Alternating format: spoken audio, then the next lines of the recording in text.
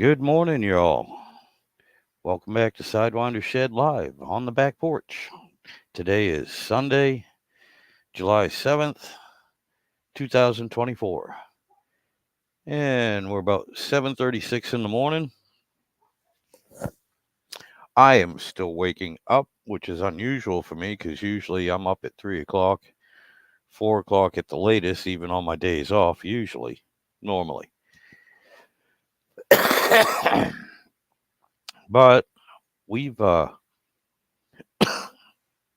sorry, a lot of pollen, a lot of stuff in the air here. Today's a little bit cloudy. I can't really say overcast because they're all white clouds, but they're thick. And honestly, I'm not complaining about that because that sun has been brutal. All this week, it's been in the 90s and higher. Um, low 90s up to close to 100 degrees. And that's not so bad, but the humidity, God, I just couldn't get away from the humidity. And even in the shed, there's no air conditioning in the shed, and I've been spending a lot of time out there working on that is just about all together. Today I have to put the valve body back in it and put the pan on it, and then basically bolt the overdrive unit to the back of the transmission. The only reason why I'm not looking forward to that is because then I have to pick that whole unit up and put it in the truck, and I'm not looking forward to that. Um, if this was an RE 46 RE model, yeah, I wouldn't put the overdrive unit on it at the moment. I'd put it in the truck first. But with the RH, I have those hydraulic tubes that have to feed in there into the back of the transmission. And I know there are some people, they say that's the way I do it. Even RH doesn't matter. Those guys are the ones that have experience doing it. And I don't want to mess anything up. I don't want to fight with the parking pole and the tubes at the same time over my head with the 50-pound overdrive and laying on my back. Trying to bench press that and get it in and getting it aligned. It's just that's beyond my physical capability, and it's beyond my skill set at the moment. Um, yeah, obviously, if I had a little bit more experience doing this, that's the way I would do it. Eliminate at least 50 pounds of picking up off the ground on my back and lifting it and everything. I'm not looking forward to that. But that is my goal for today, provided I don't run into any other problems. I do have one question that I'm going to have to check out, and that's a bushing on the output shaft of the transmission going into the overdrive. I do not know if that one was replaced or not. And I know it needs to be because the old one came out in 7 pieces. So there was obviously an issue. And I think that issue was basically when the overdrive snapped. But hope for the best. Yeah, I am expecting the worst, but we're gonna hope for the best.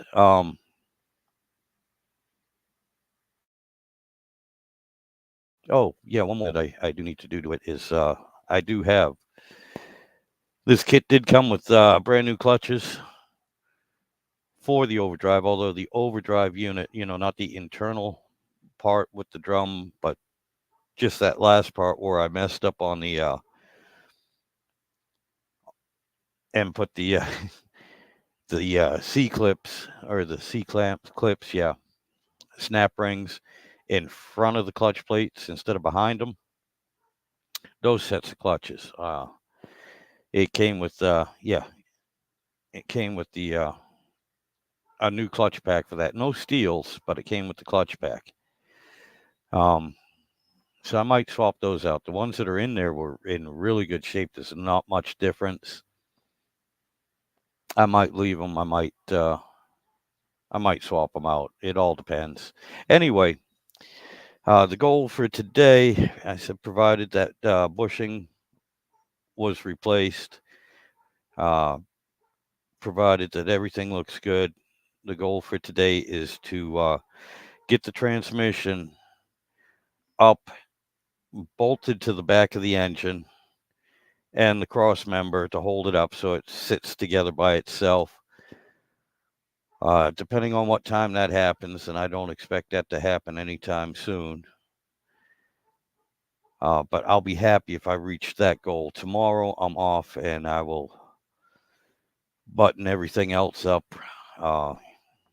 Put all the electrical connections, route them, put the vacuum lines back in, hook everything up, put the linkage on, bolt everything down, put the drive shafts in, and hopefully by tomorrow evening, I'll be pouring fluid in it, topping it off, and making sure everything works. Now, I did check everything to the best of my ability with the compressed air. So the clutches, the bands, they all seem to be working properly. My only thing is and just, God, it reminds me of a 10 millimeter or a friggin' spark plug gapper. I had 5 or 6 of these blowguns with the rubber tips. Do you think I could find one so I could make a good seal on the port that operates everything? No, I couldn't. So I can't tell. I can see they're working, but I can't tell if there's any leaks. So I might just go ahead and run down to the auto parts store and buy the cheapest one I can find. But I don't happen to it.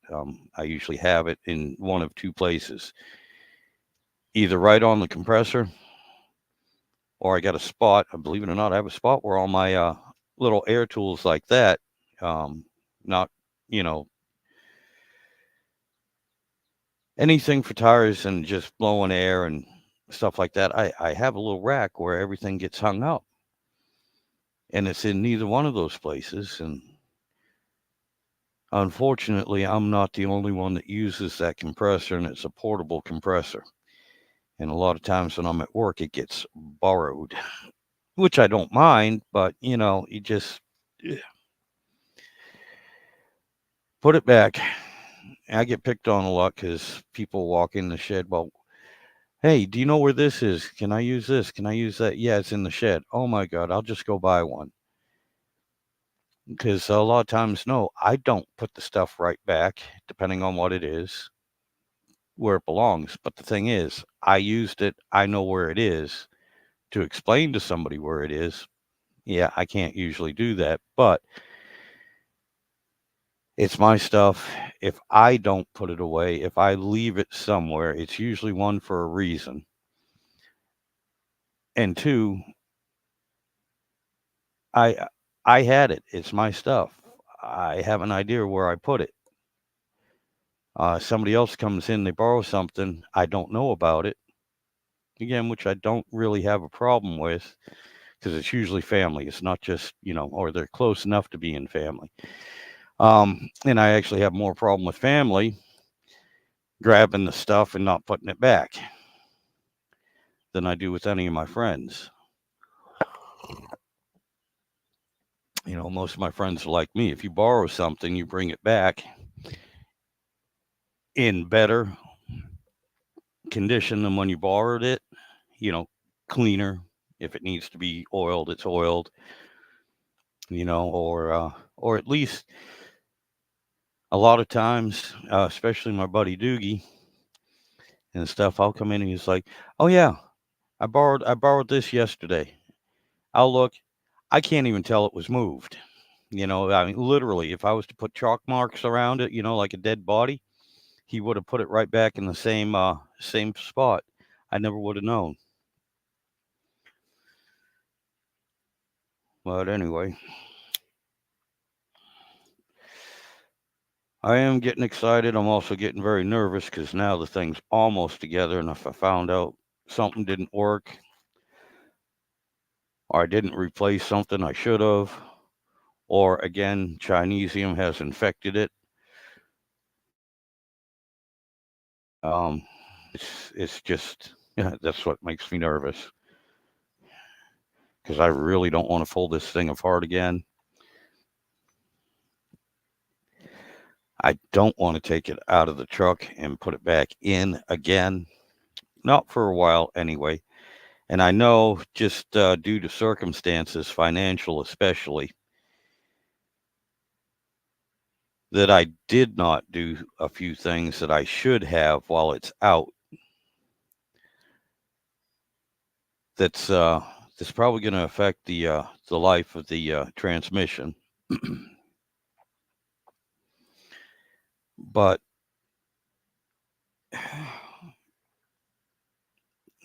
I can't afford it, and I can't have the truck down. I figure for at least another 2 months before I can recover from this expenditure. Because I have other bills, and I just can't be I can't have the truck down for another 2 months. I'm just,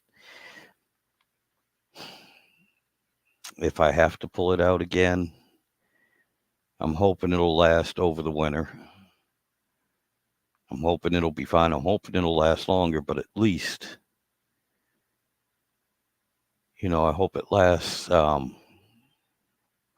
another year. Okay, I'll put it to you this way, till tax time. And if there's no problems with it by then, or even, if there is, that's seriously what I got to wait for. But we'll see. Like I said, I'm nervous. I'm excited. I'm also wiped out and beat. Very tired.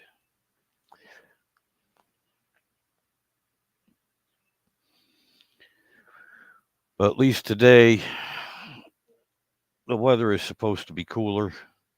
So we'll see how things go.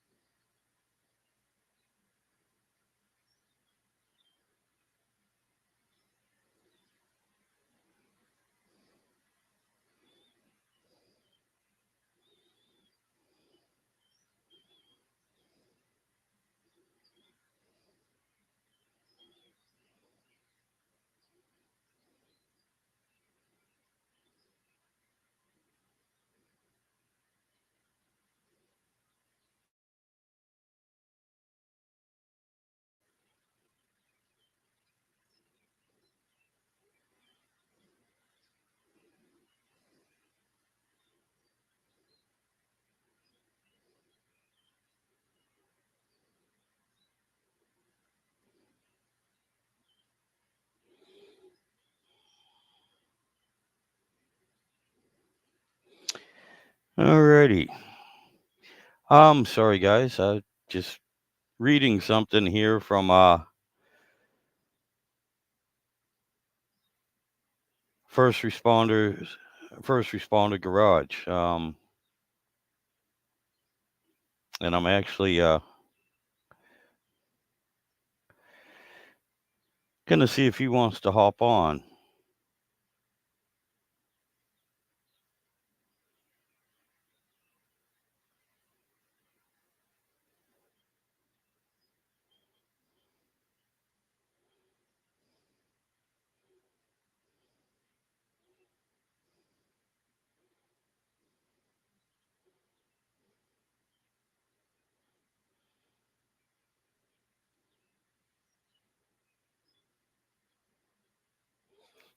Sorry. Yeah, pardon me. I'm just gonna send him a message because he brought up something My dumbass probably didn't notice about the steels. I was wondering about it, but I honestly couldn't see any difference.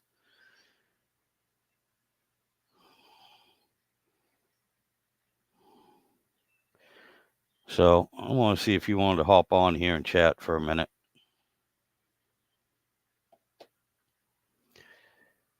But anyway,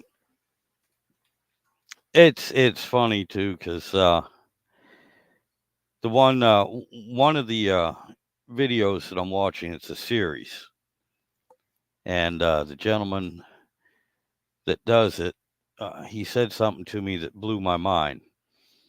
Like I said, he's doing a 46 RE, and he started with, just like I did. He started with the overdrive first, and he did everything. Of course, he had access to a press to compress that 800-pound spring and do that. I didn't. I brought that to the transmission shop, and the guy there did everything, basically replaced everything in there except for the shaft. So, but he, in his video, and I don't know if he's trying to, hype everyone up and make them feel good, but he got that part down. And when he started on the tear down, well, actually, when he started on the inspection, because he tore both of them down at the same time and had a bench full of parts. I couldn't do that. I definitely would have mismatched. I couldn't do that.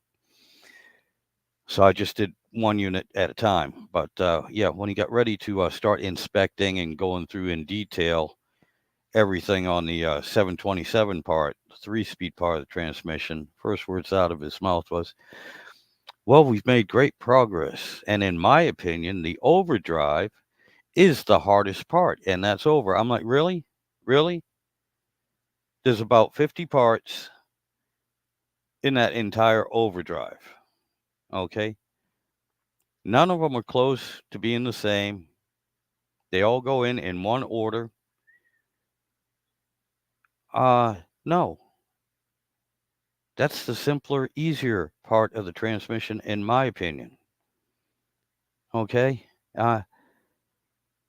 You don't have 5,000 friggin' C-clips in it either. You don't have seals that are, 300 seals that are similar to each other.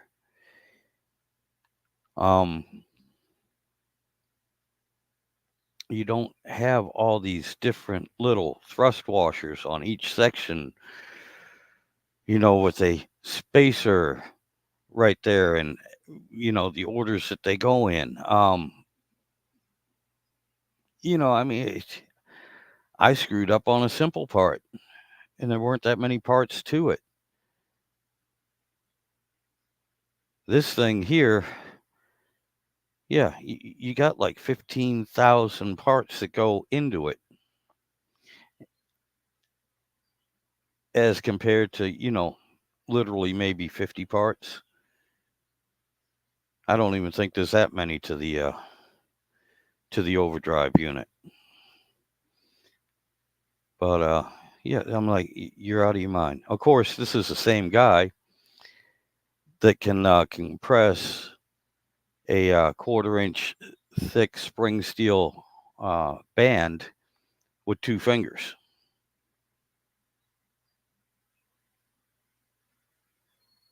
So good advice and everything, but there are a few things I'm just like, man, you just ain't right. But then again, if he does a 727, if he's done thousands of those and maybe only, 100 overdrive units, I can understand why he would feel that way. It's, what you're comfortable with.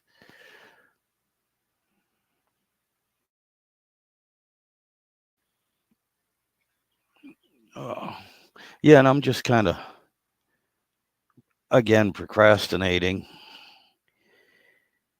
And once again, first responder Damien, thank you for the message you just left, informing me of the direct drive clutch pack.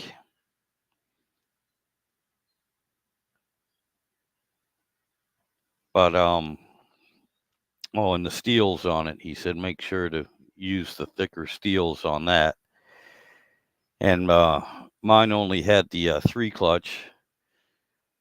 And he was saying, I mean, I actually have another steel and another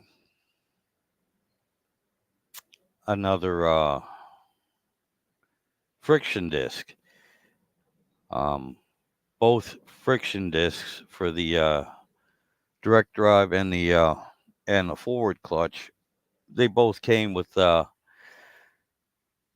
extra disc, and that's what they said in there. They came with minimum. Actually, they came with 5 discs. It was a 10-pack. Well, a 5-pack each. So I have a extra disc because the overhaul kit, just went straight down the middle. They figured if you had 3, 4, or 5, you were covered. If you had more than that, you'd have to, order at I think it was $9 a piece for the friction or the steel. I forgot, but you could order it. And like a lot of people have told me too, there's always extra parts in those kits because they deal with several different types. They're along the same lines. The transmissions are the same, but there's several different versions of them, depending on the year, depending on the application and everything. So,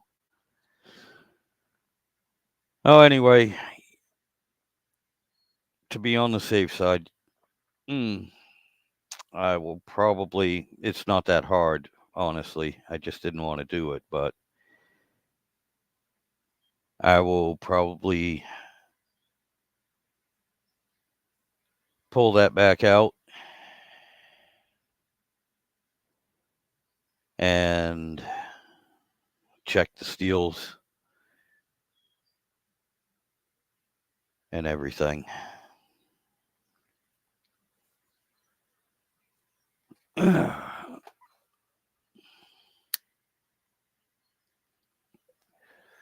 Yeah, and the only reason why I don't want to do it is because I actually got the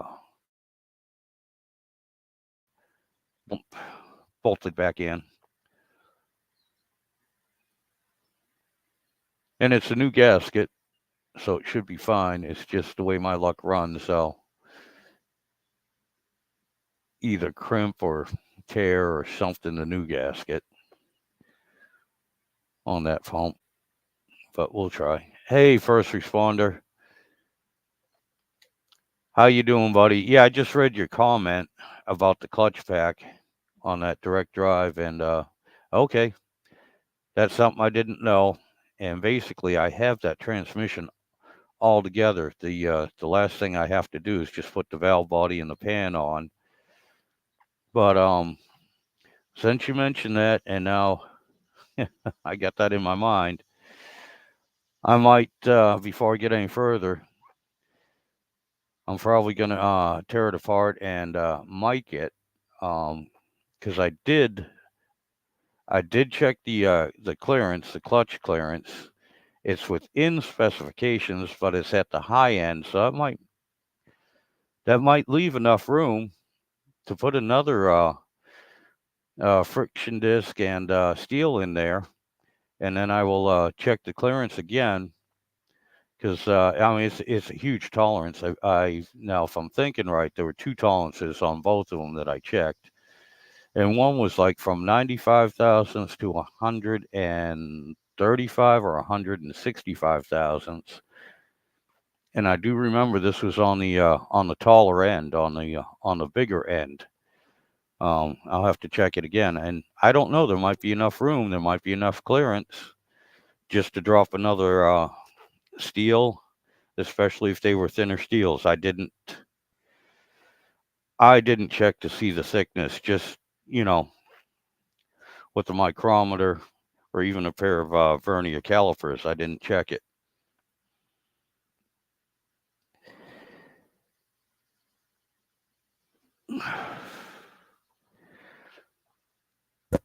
Yeah, again, this is my first time in one of these. I don't have this knowledge. Um, what I did do too, I did check with air pressure, and all the clutches are operating, and both bands are operating as well. So I was able to do that, but like I said earlier, just like the 10 millimeter or a spark plug or a gapper, I have at least four blowguns with the rubber tip. Do you think I could find one with the rubber tip? No. So I had to use a different one. Everything works. I just couldn't. It didn't make a good seal, so I couldn't tell if there was leak. And then I did not need, 200 pounds of air to make it work. Um, I had set it down to 75 for the clutches, and I can't remember. I think I used the same, but you know, just metered it with my thumb. So I know everything's working. Whether it's working properly or not, I don't know.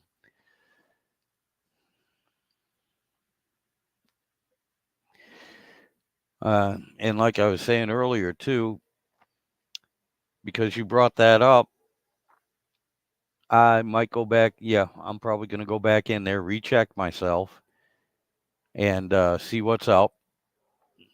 Check the steels, compare them against the old one. Now, the good thing is I have not thrown anything away. None of the seals, no parts have been thrown away. They've all been put in another parts box. Um, so I'll be able to, check them out. Unfortunately, see a lot on this rebuild kit. The steels that were all the same diameter and everything, they came in one stack. The clutch pack, the friction discs, they were all separated into, you know, each different component. There you are, buddy. Good morning, sir. Morning, how are you? I am sore and tired of the matter.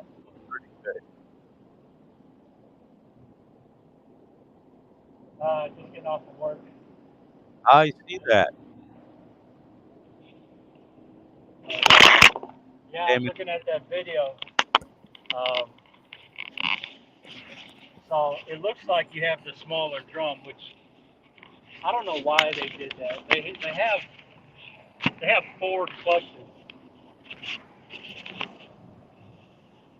driving three. So I don't understand that one bit. I got you.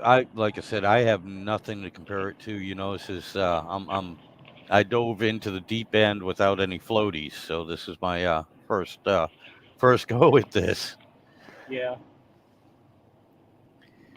but that's usually the pack that fails because of that. I got you. Well, in regards to that, what I pulled out honestly did not look too bad. Uh huh. You know what I'm saying? There was no heat damage. There was still quite a bit of meat comparing it to the new ones. Yeah. Yeah, I saw you froze up for a second. Um, yeah, compared to the new ones, the friction plates were almost. You could tell there is somewhere, and especially for the amount of miles on the truck. But Right. if it was all right, I'll put it to you this way, something I'm familiar with, and that's motorcycle clutches. Right. If that was a motorcycle, I would have reused everything in it. I would have put that clutch right back. I wouldn't have bothered even replacing it. Seeing as it's not a 300-pound motorcycle, it's a 5,000-pound truck that carries another 2,000 pounds. I figured it might be best since I had the parts to replace them. But the ones that came out did not look bad at all. Like I said, again, if it was motorcycle, I would have reused them. I would have had no issue with it at all. Hmm. Yeah, I think, you know, the only thing I can come up with that the reason why they use three is because it's one, it's a direct gear. There is kind of, it's, yes, having a gear reduced is easier for the frictions, but one to one is harder to turn than, say first or second gear. Oh yeah, yep, yeah. Just like riding a 5 or 10 speed bicycle, you can feel it in your legs when you go up through the gears. Exactly. Yep. So, hell well. I don't know, but like I said, I'm probably gonna recheck it because just by feel, I didn't even think about it. This is ignorance on my part and a lack of knowledge. I did not think to actually mic or measure the difference and see if there was any between the original steels and the new ones.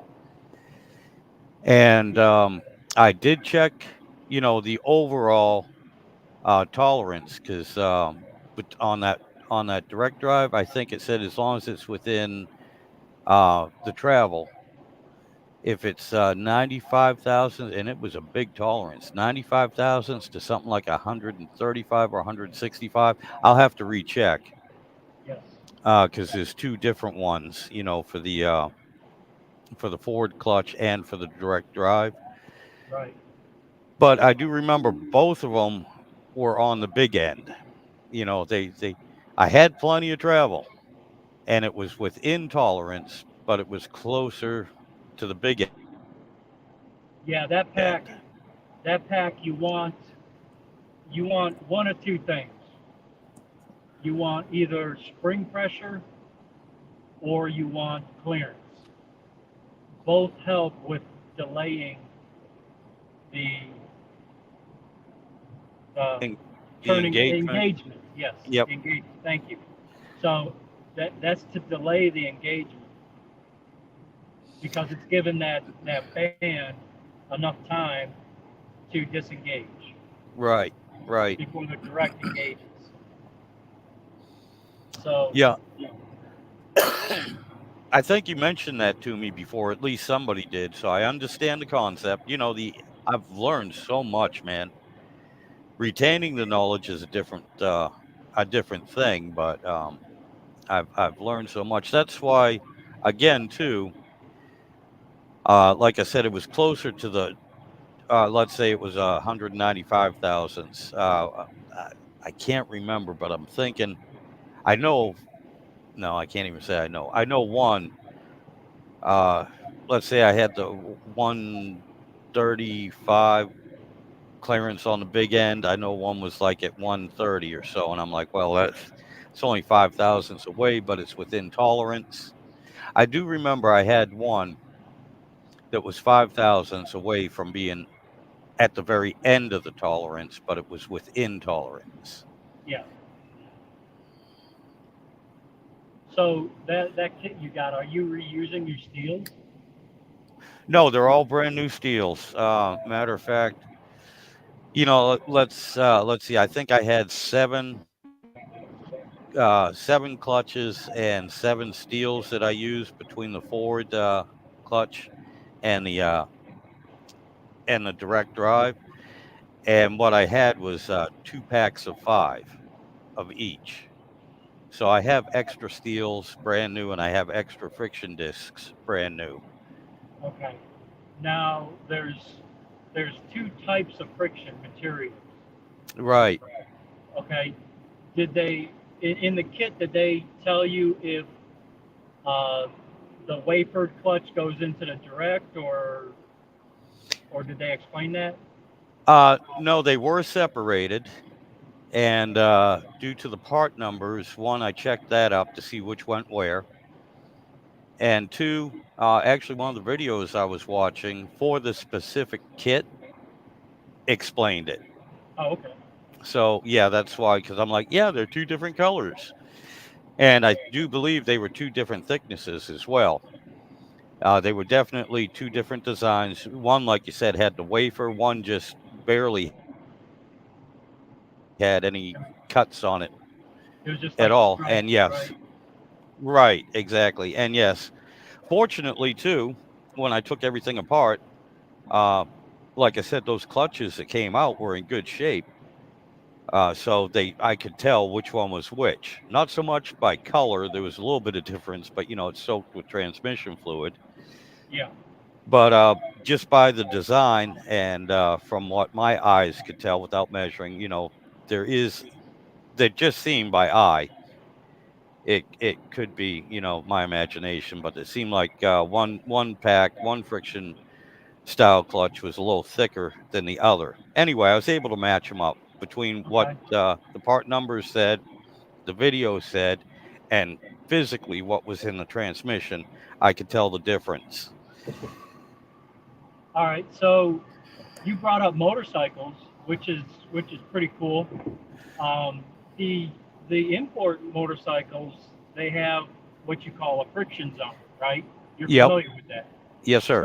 So this consists of a spacer and a thinner, not as far as thickness of friction goes, but the actual width of the friction disc is thinner. I got you. Yep. So Yep. that's your friction zone. Now you can get away with just getting rid of that and putting a regular friction in there, and that'll Oh, give you that on-off light switch feel. I got you. Okay. The same thing is that little wavy snap ring. Yes, That's your sir. that's your friction zone in your clutch pack in your transmission. Right. Okay. So if that kind of I know the putting the pieces of the puzzle is kind of taxing, but once you get that last piece of the puzzle, you're like, oh, that's how transmission works, and you're like, well, that ain't hard at all.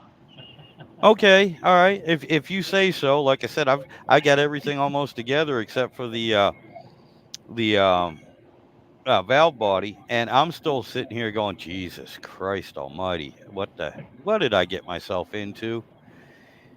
And yeah, no, that part, that light bulb, Damien, that light bulb has not gone off on the top of my head yet, even though I've torn the whole thing apart and basically got it all back together at the moment.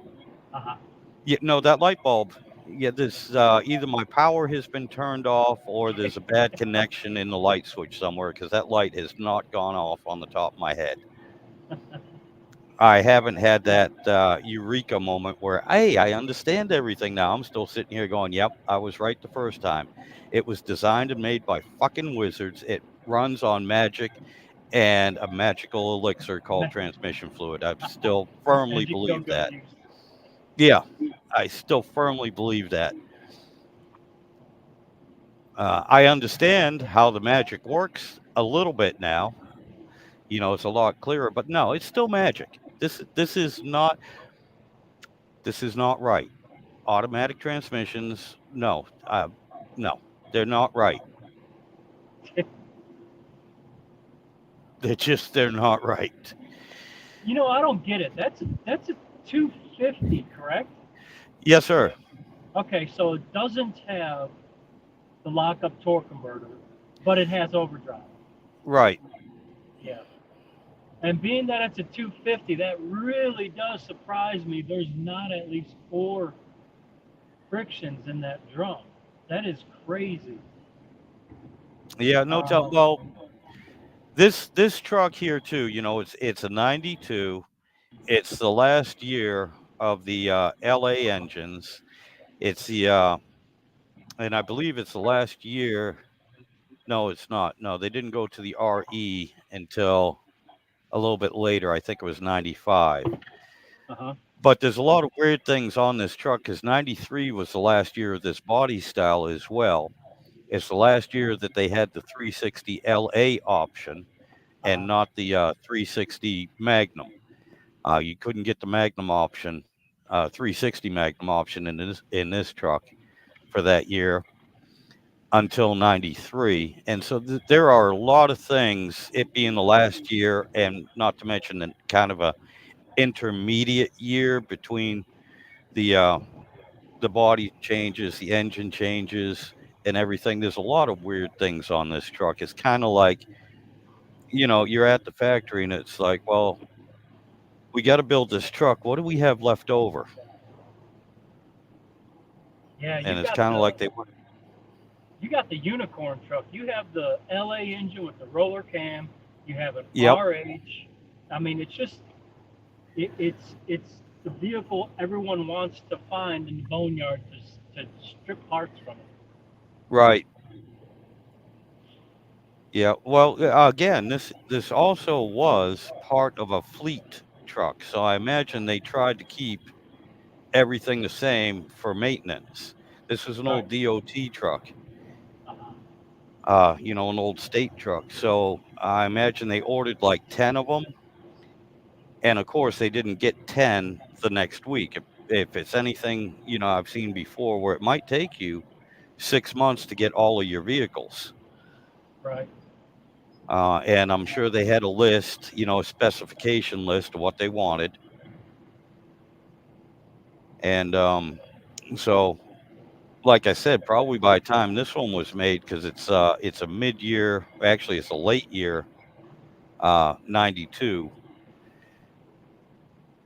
And so I imagine they were probably also scraping the parts bin, the bottom of the parts bin, to get this one finished and get it ready for their contract. It might have even been the last truck that they ordered, to finish out Right. that order for the state. Yeah. Hard to say, hard to say. And again, like Those from what fleet I trucks are. I'm I'm sorry.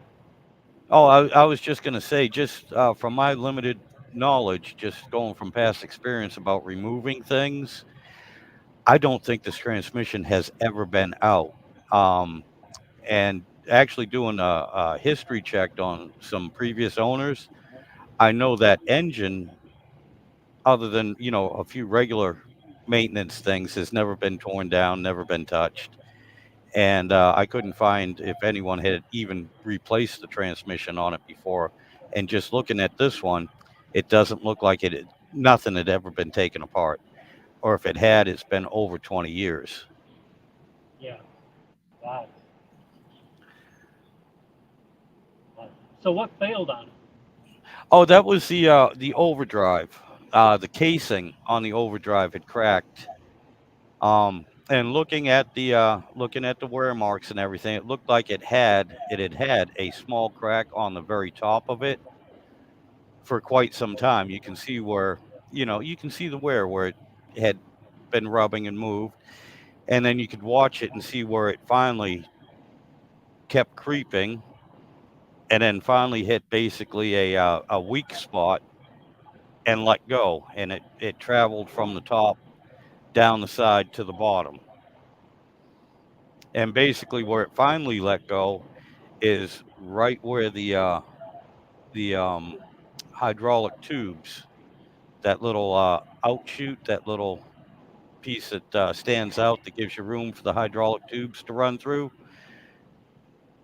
Yeah. That's what finally snapped. And of course, there's no pressure there, to keep it together. So when it went into overdrive, it opened up that crack. All my transmission fluid went out. Once the pressure was gone, it kind of set itself back together. And again, because it's full of grease and gunk and gack and everything, I couldn't see the crack until I had it out of the truck. But Wow. yeah, it was the overdrive casing that cracked. Wow. That spring was separating that crack when it Y- engaged. Right, exactly. Wow. And I know I have a very good idea how long that I'll put it to you this way. I can pretty much tell you that crack had started about 10 years ago, because the previous owner, he was in his 70s. He didn't beat on the truck. He did use it to tow a pontoon boat. Okay. And I have used it to carry some heavy stuff, but I wasn't beating on it. No fast acceleration. I didn't try spinning the tires, neutral drops, or anything like that. But the owner before that, he used to go mud bogging with it. and he used to. He was a kid, 18-year-old kid with a 4x4. That wasn't his primary driver. That was his little toy to play around with. And so, yeah, he beat the crap out of it. Ah, yeah.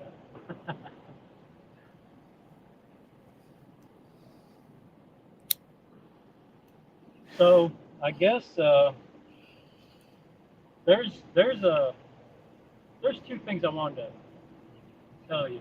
Um, the seal for that piston, for that input shaft, that small piston. Yep. Did you use the wider lip seal or the thinner one?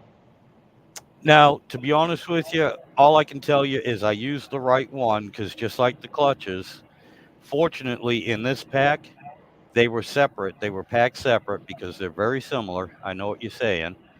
And I remember one didn't quite match up. So, yes, I used a thicker one. I know it's the right one because I had to check the part numbers. And again, the video explained that it was an upgrade. Okay.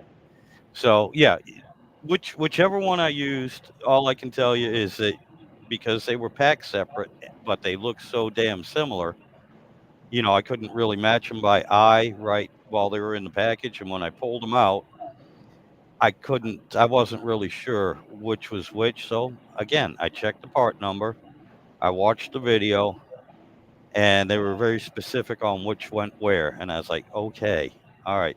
And it was also the same with the set of the hard seals, plastic seals on the input shaft. Yeah. Yeah, the old ones were orange, the new ones are brown, and that's simply because they changed the material. Everything else was the exact same size. That was another thing I had to check on. Okay. Did your kit come with like Teflon seals Yeah, I believe. instead of the metal ones? Well, no, it came with both, and every metal seal was replaced with a metal seal, and that was an exact match. Um, the what I call the plastic seals, some of them were different, and that's because they Yes. said they changed the material. Yeah.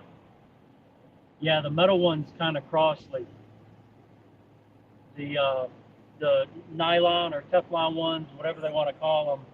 Those are the ones that are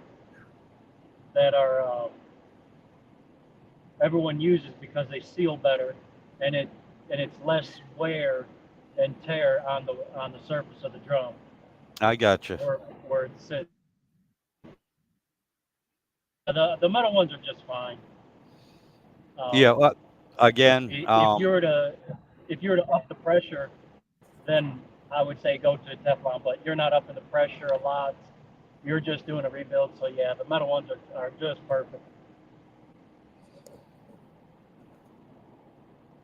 yeah, like I said, again, I'm not trying to really modify. I probably should, but I don't know enough. I would get myself in too much trouble Yeah.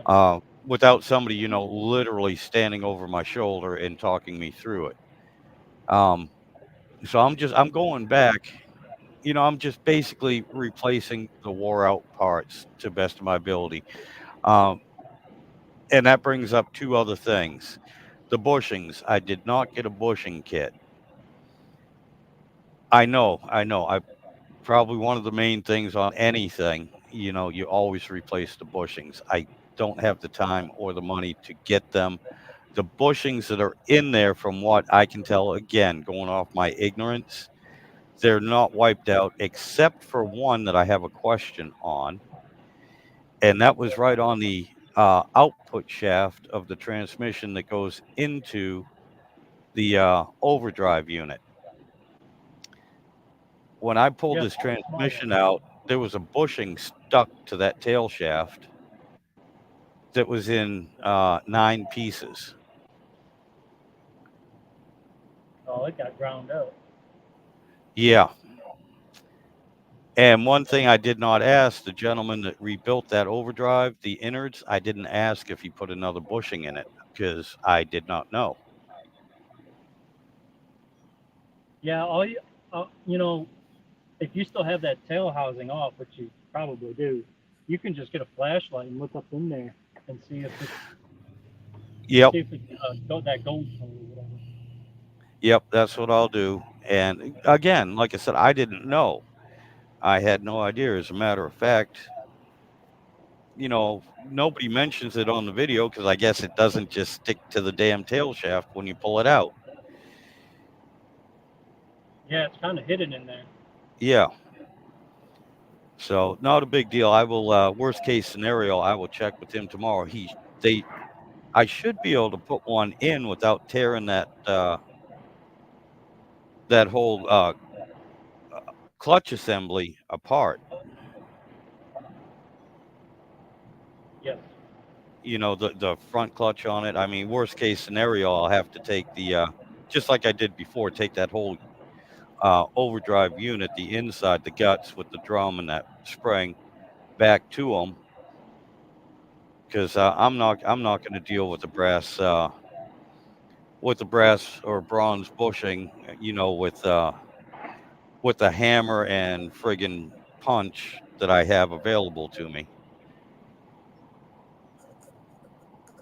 I just that's again another reason why I'm not dealing with the other bushings too. The second reason is again to me they really didn't look wore out. You know, there's no gouges. They don't look overly thin. Um, I know it's hard to tell by eye, and I probably don't know what I'm talking about. But that's one of the things I'm gonna take a chance on. All right. So, did you have a delay in if when you first started up? Did Yep. you have a delay engagement when you first put it in drive or reverse in the N morning? Not in drive. Reverse, ever since I got the truck, there's always been a delay in reverse, and I could also, especially when I had the camper, trying to back up, something was slipping.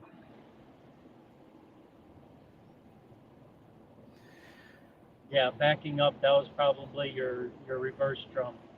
Yeah. You had that small band. Yep.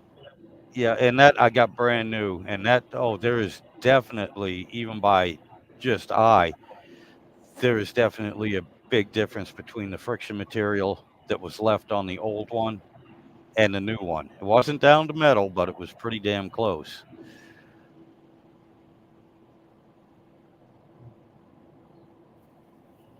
Well, you're handling it pretty damn good. Well, thank you, because I am so unsure of myself. Yeah, I really am.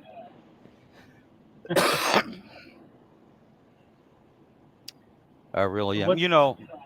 Uh-huh.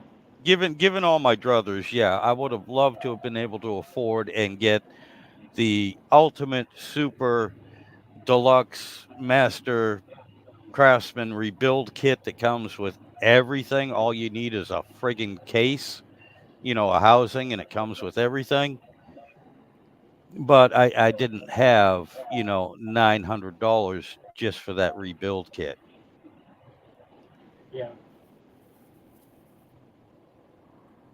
I mean, it was working fine for you before the tail housing, or Yeah, you know, you except like I before the said, except for reverse, everything was working fine. I had no issues with it, nothing that I ever noticed. And so like I said, I'm kind of just trying to I'll put it to you this way. I'm not being a real actual technician or mechanic. I'm just being a parts changer when it comes to this. You know, here are the old parts. All right, we'll put them to the side. Here are the new parts. Okay, we'll just put the new parts in. And that's all I'm doing is just R&R, removing and replacing parts.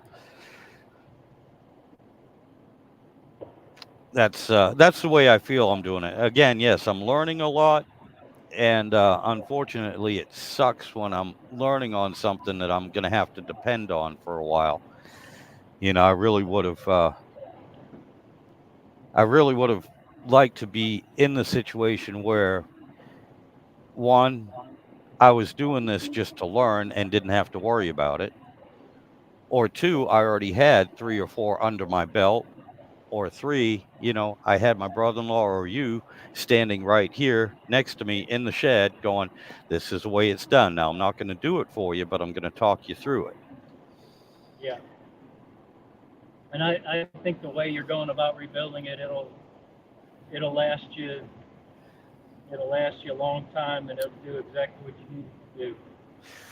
Thank you for your support and your words of encouragement, because like I said, I have like 10% faith in what I am doing myself.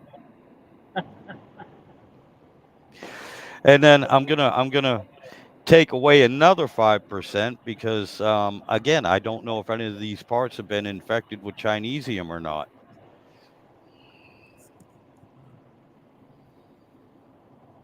Well, those are stamped with they have a Raybestos stamp on it, right? Yes, they do. That, to me nowadays, I don't know. I can't keep up with what company has farmed out their production anymore.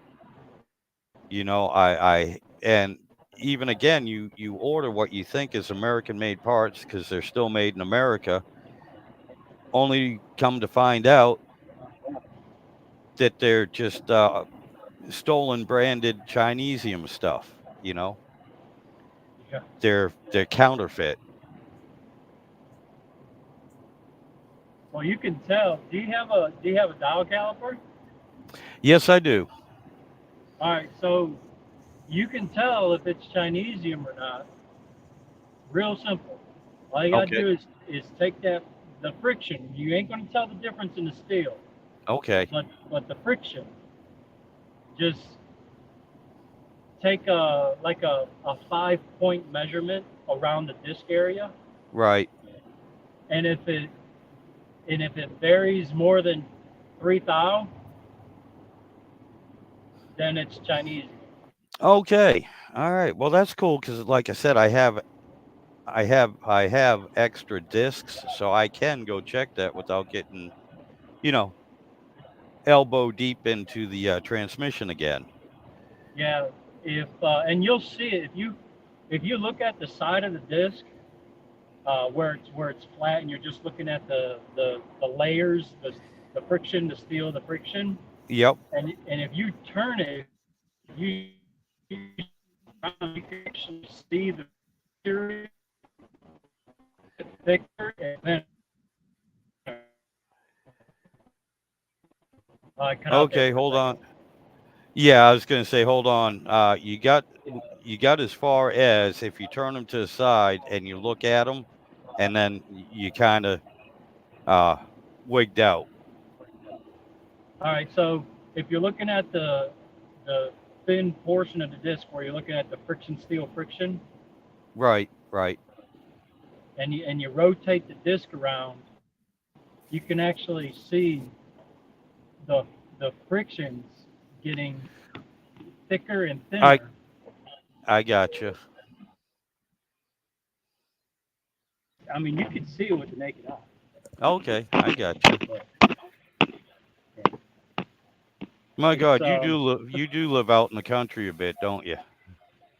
yeah, Yeah. I still have half a mile to go. Mm.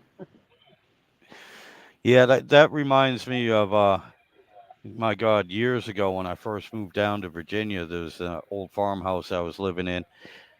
The driveway was a dirt driveway that was a mile long. Nothing but field on either side. Uh-huh. And I love that. I love that place. Unfortunately, it'd been in the family for over 100 years. They were not interested in selling it. They just wanted somebody there. So, nobody would mess with it. Wouldn't have squatters, wouldn't have kids breaking the windows, stuff like that.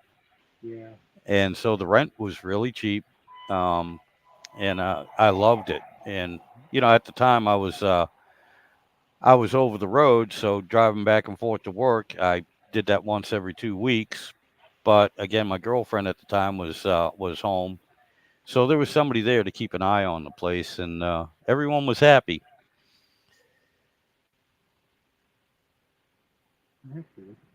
Yeah, but I do miss that place, but that was Christ, that was 30 years ago. No, not quite. I don't know. Yeah, that was around, when did I come down here? That was around 92. So yeah, same as my truck. That was 32 years ago. Jesus. Damien, I'm getting old. Never mind, I'm not getting old. I'm already old. Damn it. How'd that happen?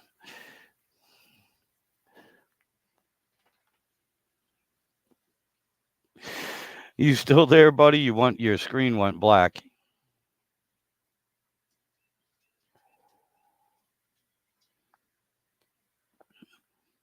Oh well. Anyway, yeah, you're still up. Your screen is black, so you must be in a dead spot.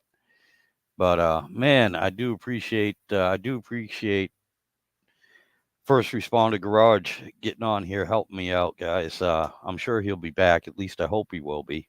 I don't want to take up a whole lot of his day. You know, he's just getting off work and everything, and I'm kind of procrastinating. But man, I need the help. Like I said, I am so far out of my league with this, and just doing the best I can.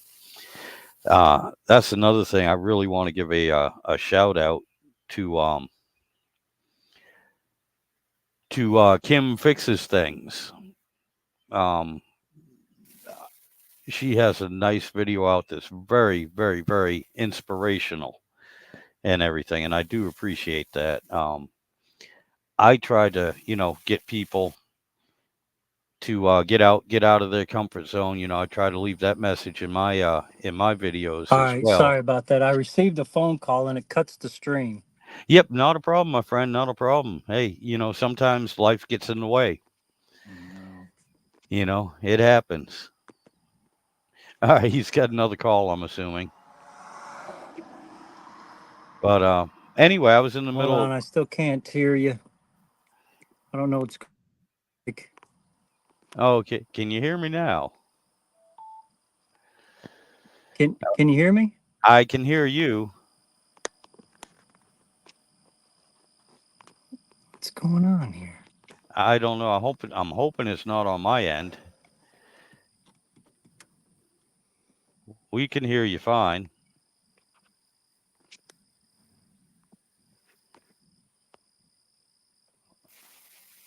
Like I said, I hope it's not on my end. Sometimes this mic goes out. But let me see. I can check something real quick here. I forgot. I have another electronic device.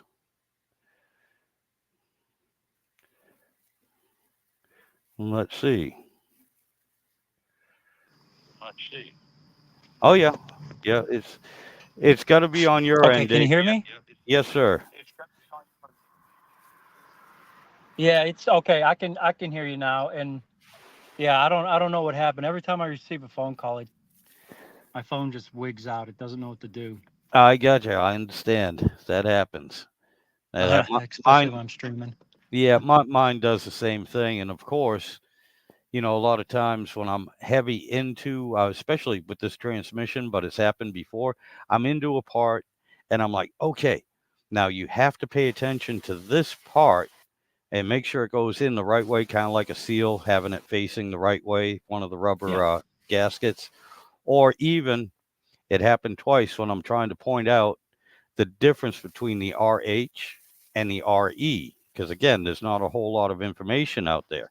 And wouldn't you know it, I got 2 calls in a row back to back. And I'm like, you got to be kidding me.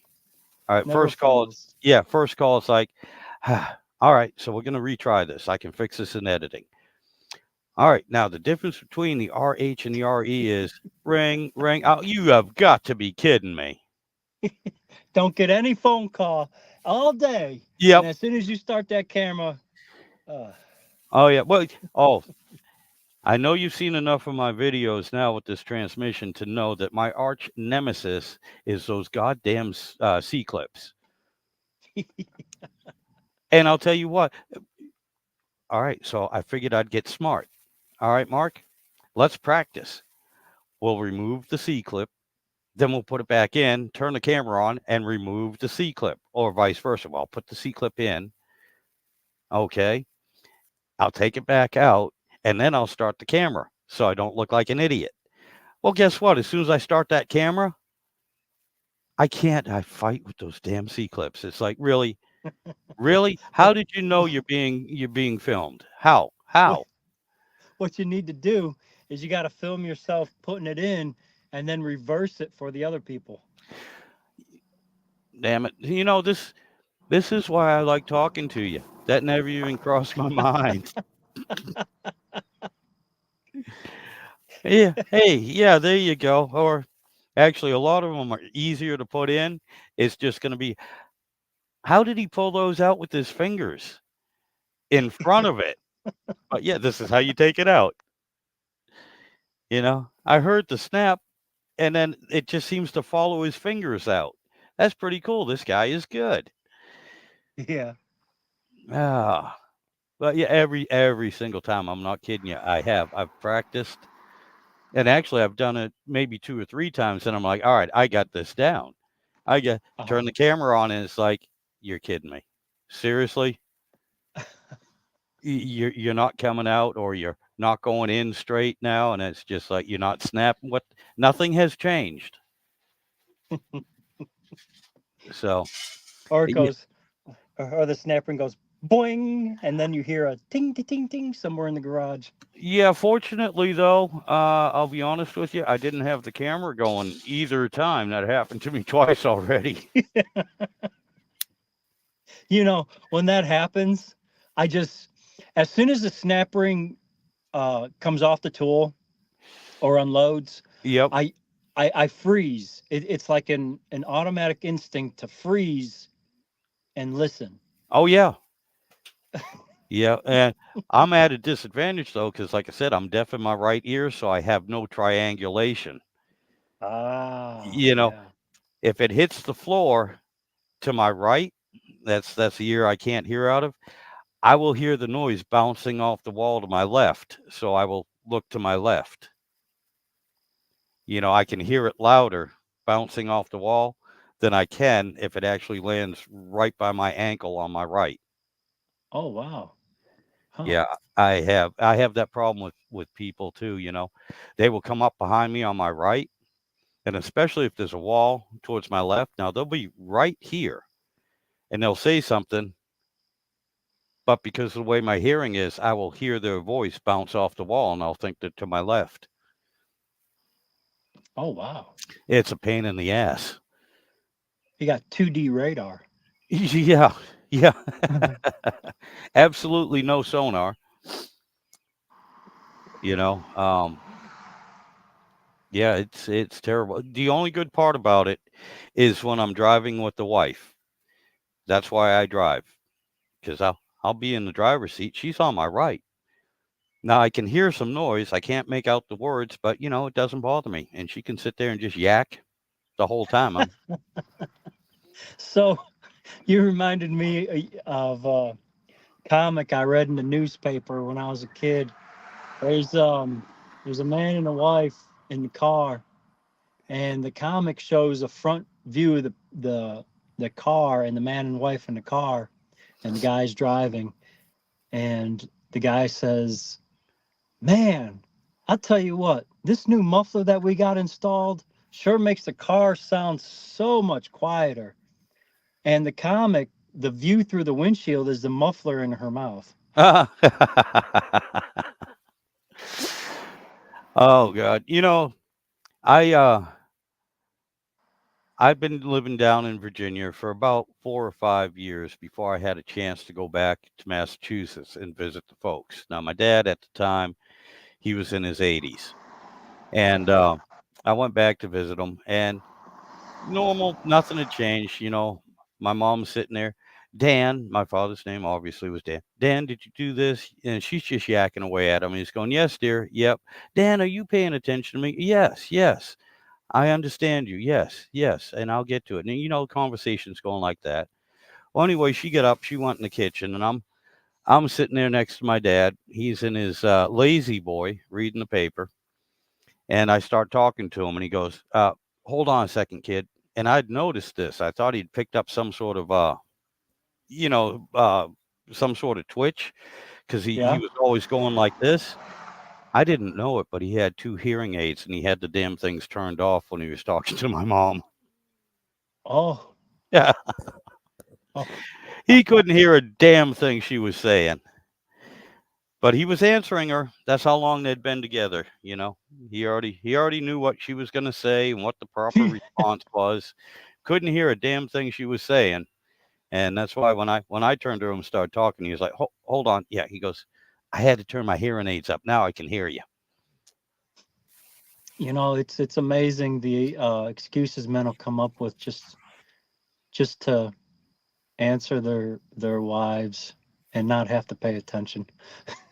Oh, yeah, well, I think it's somewhere in the marriage contract where once you get married, you stop listening to what your wife says. And once Ay. you get married, she tells you more and more what to do. Isn't that right, hon? Yeah.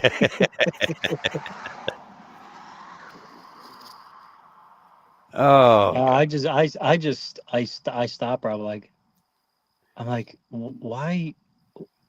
I don't need an explanation. I I Yeah. know how to do this. Oh, I got you. I got you. Well, I'm kind of the She's like, opposite. well, I just want to explain to you. You don't no, you don't have to explain anything. I get it. Yeah, unfortunately, I'm kind of in the opposite situation. The wife's like, "I need this done." Okay. Okay. That's about 18 hours worth of work. It's something I could knock out when I was 20, even in 18 hours. But all right, I'll get it done. A half hour later, it's like, "Are you done with that yet?" Ah, Jesus. No, no, not yet, hon. Why not? Come here and I'll show you. I thought it was going to be easy. Well, no, it's simple, but simple doesn't mean that it's easy, Right. you know. I And mean, yet, it's nothing that I mean, when you don't know, you don't know, and the women have a curious mind, and men don't like to tell anyone what they're doing all the time, you know. So it's oh that yeah, whole balance act. yep, yep, yeah. Honey, I'm gonna tell the little story about the muffler on Heather's car that winter when I borrowed my daughter's car to go to work, and I was running at night, basically 11 o'clock at night. Actually, no, it was 7 o'clock at night to about 4 o'clock in the morning, and I was running down to North Carolina. Well, I come back and we got hit. Virginia got hit real hard. We had about 6 inches of snow, and that never happens. This was overnight, mind you. And I'm driving a little 95 Ford Escort, which is what her car was, front wheel drive. And the thing did excellent in the snow. But the problem was, Virginia is not used to that much snow, so we don't have the equipment to handle it. And as I'm leaving work, the snow, they hadn't even cleared the highway yet, none of the roads. And the snow was up over the bumper of the car. So I'm basically plowing my way home.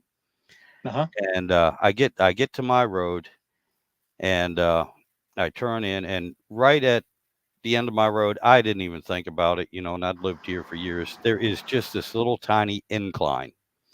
Now they had cleared the main road, but my road they hadn't got there yet. So there's that little snow pile at the end of the road, and with the little incline plus it was a sharp 90-degree turn. It took me 4 tries to get up that little hill, little tiny hill. And when I finally busted through the little snowbank and everything, I ripped the muffler off the car. And so I come home, I park it in the driveway, told my daughter what happened. She goes, "That's fine. I don't need it, for the next week or so." And I was like, "Okay, cool, cool." And I'm off for the next 4 days, so we're good. We're good. Well, the weather did not warm up. And about a week later, we're all playing musical cars so everyone can get to work. Uh-huh. The wife comes out and it snowed again. Not only that, but we had freezing rain before that, and then it snowed Oof. again. And the wife looks at me, she goes, "When are you going to put the muffler back on Heather's car?" I'm like, "Sweetheart, come here." I said, "Look out the door. Between the ice that's under the car and the snow that's up to the doors on the car, you can't open the doors without, plowing away the snow." I said, "If you want," I said, "I will talk you through it." I said, "It's a very simple and probably an easy job. It just pulled off, nothing broke. It just needs to be reattached. But Uh-huh. I'm sure as hell not putting a floor jack underneath a car that's, the driveway's covered in ice and snow." And I said, I'm not crawling under there." I said, "If you want to do it, I will let you do it. But yeah, no, I've literally got to wait for the snow and the ice to melt before I crawl under that car." Just tunnel under it. Oh yeah, I don't know what you expected me to do, hon, but you, like I said, the snow you couldn't even see underneath the car. And when I finally Jeez. did look, it was nothing but a sheet of ice under it. And I'm like, "No, no. The car only has 2 inches of clearance to begin with, so I have to jack it up to get under there. And then I'm not going to be kicking and forcing, something that's up on a jack or even jack stands on ice, wiggling around, with 2,000 pounds hanging over me when I'm 6 inches or 4 inches thick, whatever. And there's only 2 inches of ground clearance." Yeah. But anyway, excuse me. Anyway, I'm sorry. And she's right here at the end of the table. It's nothing like pissing the wife off first thing in the morning.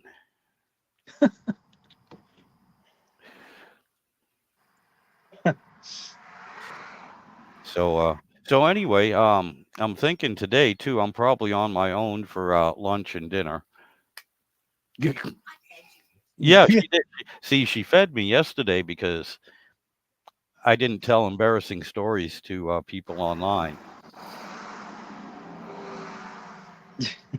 Today, I think might be a little different. But oh my God, pardon me for 1 second.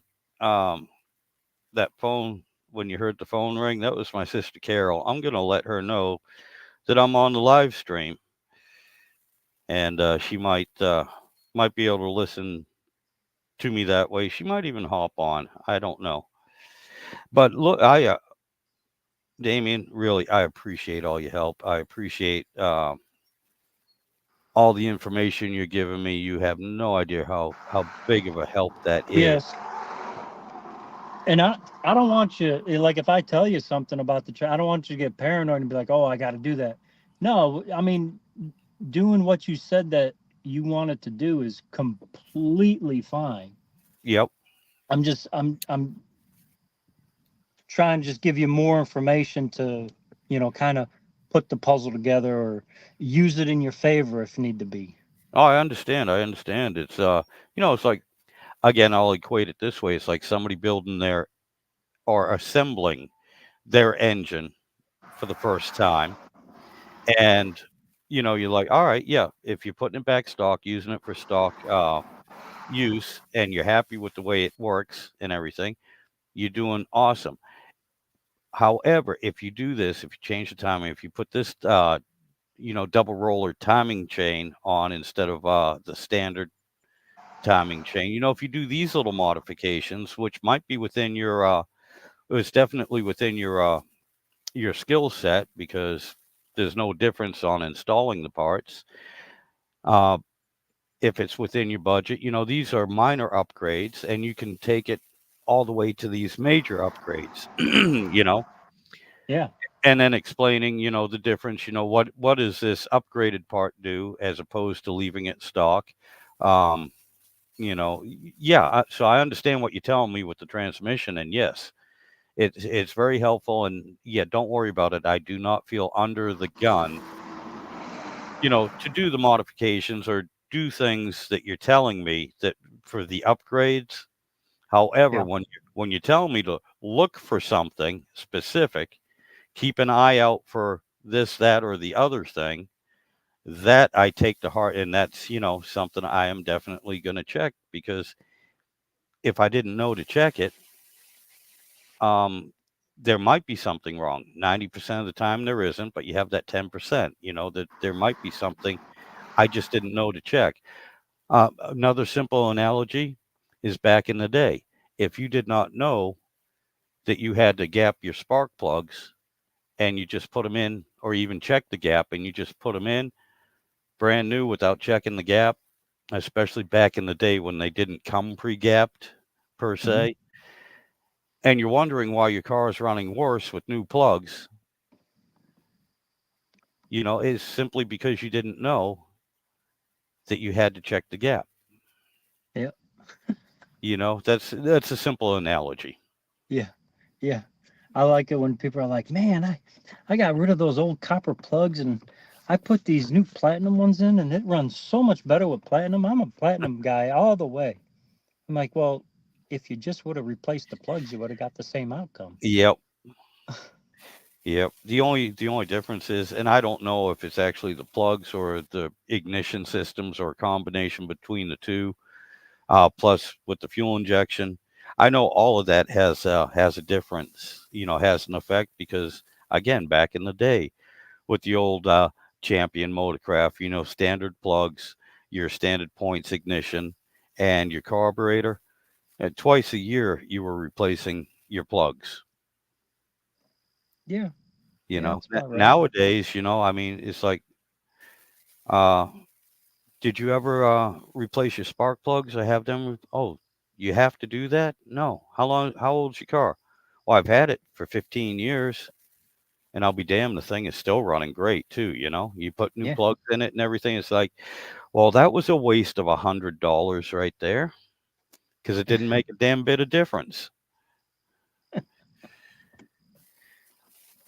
Yeah. Or that's why plugs are getting caught in cylinder heads. Ooh, It's yep, like back 30 years ago, you replaced plugs once a year, twice a year, or even every other year. yep. They got changed. Now you go 100,000, 150,000, and they wonder why replacing spark plugs is going to be a $3,000 job.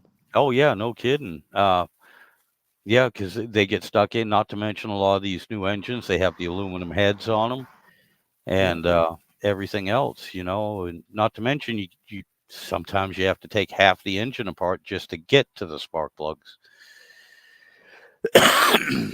Yeah, fuel Especially, rails in the way, upper intakes in the way. yep, the firewall's in the way because the engine's sitting the wrong way. It's transverse instead of Yeah. following the length of the body like it's supposed to. They Yeah. put it in sideways. Eh, You uh, take the spark plug boot out and it's full of oil because the valve cover surrounds it. Yep. Oh my God. Yeah. Oh, Yeah. Matter of fact, I know somebody that did that, and the little O-rings on the valve cover were gone, yeah. and so literally the thing was just full of oil, and he pulled the plugs out, put the new plugs in, cranked it up, liquid locked the engine. There was enough oil in one of them that well, between all four of them. He didn't bend anything, fortunately, because it didn't Hmm. start. But just trying to turn it over, it stopped turning over. And it's like, all right, let's pull the plugs back out. And as soon as he did, unfortunately, my dumbass was standing over the engine. Yeah, I got a face full of oil. It's That's all like, right. We've all been there. I've used an air ratchet on a transmission pan before. oh, oh yeah, We've all tried to use a crow's foot on an air ratchet. yeah, oh yeah, yeah, Come on now. oh yeah, Fess up. We all been there. yep. Oh, That reminds me of something too. The way my luck runs, okay. Now on my truck, at the bottom of the engine to the bottom of the bell housing, there are two Uh-huh. supports, okay, on this truck that, like I said, run right from they're Yeah. bolted right to the bottom of the engine to the front of the bell housing. Well, those had cracked. They came apart in two pieces, and I left The one. struts? Yeah, well, they're just metal. They're pieces of steel that just come down. They're to, I guess, if it's to keep the engine and the transmission twisting at the same time if your mounts go out, so they don't. It's just a support. Yeah, you're talking about the struts that bolt like to the middle of the engine to the bottom of the bell. Yep, that's it. That's it. Okay. But yeah, they were buses. Like I said, I'm pretty sure this has happened because they're old bus. It's not shiny new brakes. Um, and I'm sure it happened during the mud bogging sections and whatever. I never noticed it. Oh yeah, yeah. But anyway, you think finding those things would be easy? No, no. But fortunately, I got a buddy that's a damn good welder, so he come over to weld them together for me. Well, I still had one bolted to the bottom of the engine, half of it, and I still had my bucket of transmission oil. Now it's sitting all the way over by the passenger front tire. Okay, and I'm working on the Uh-huh. driver's side mid-engine. I pulled that bolt out. I dropped it. Somehow it landed in that damn bucket of transmission fluid. I Liquid have no idea. quench. Yeah, I have no idea how it came down, did a 90-degree turn, and then another 90-degree drop into the bucket. But it did. It ended up in the bucket. It took me 20 minutes to figure out where the damn thing went, and I found it in the bucket of transmission fluid. I Wow. said, it's Jeez.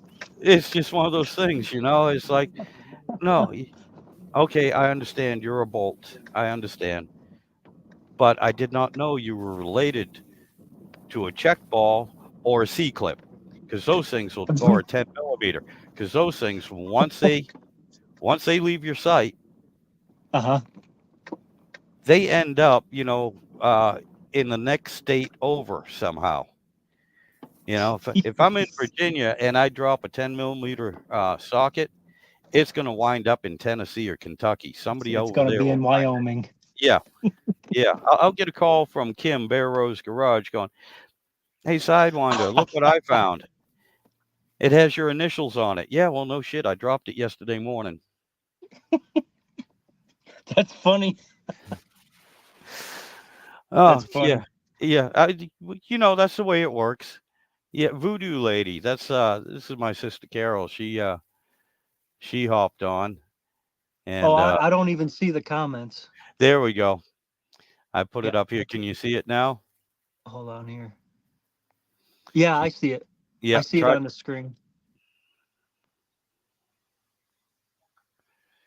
Tried to watch a video last night and it froze on me. Yeah, I don't have to respond. Just gonna listen in the background. Okay, that's cool. Voodoo. Yep, Voodoo Lady. Yeah, like I said, that's my sister. I call her every week. Keep in touch with her. When I was a kid, I spent just about as much time at her house as I did at home.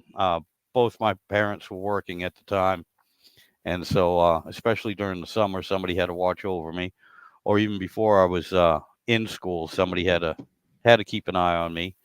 And her oldest son, my nephew, is only 3 years younger than I am, so we kind of grew up like brothers, to be honest with you.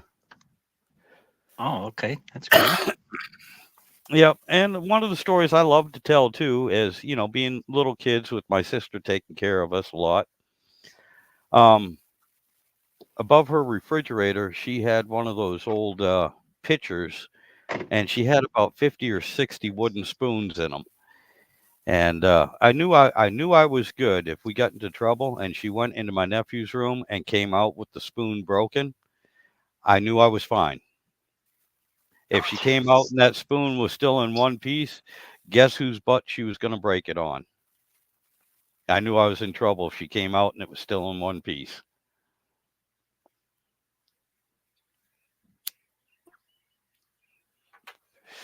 Oh, you froze up again, buddy. But anyway, Carol, yeah, I already told an embarrassing story about Chris, so I figured I'd keep the trend going. Can you still hear me? Yeah, I can hear you now. Yep. All right. Can you still hear me? Yep. And now I Okay. can actually see you. Yep. All right. So can see I you. just jumped on the Wi-Fi here. Oh, okay. So I the whole gotcha. transition. Yeah, it takes a minute. I gotcha. Yeah, again, man, I really I appreciate your patience with me and taking the time out. I know you just got off work, my friend, and taking the time to hop on here and basically just yak at me. I really appreciate it.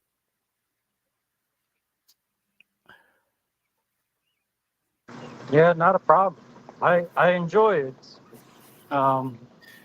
Hey, if I can help out, I can. Oh, Jesus. Yeah, you've been a huge help. You've been a huge help.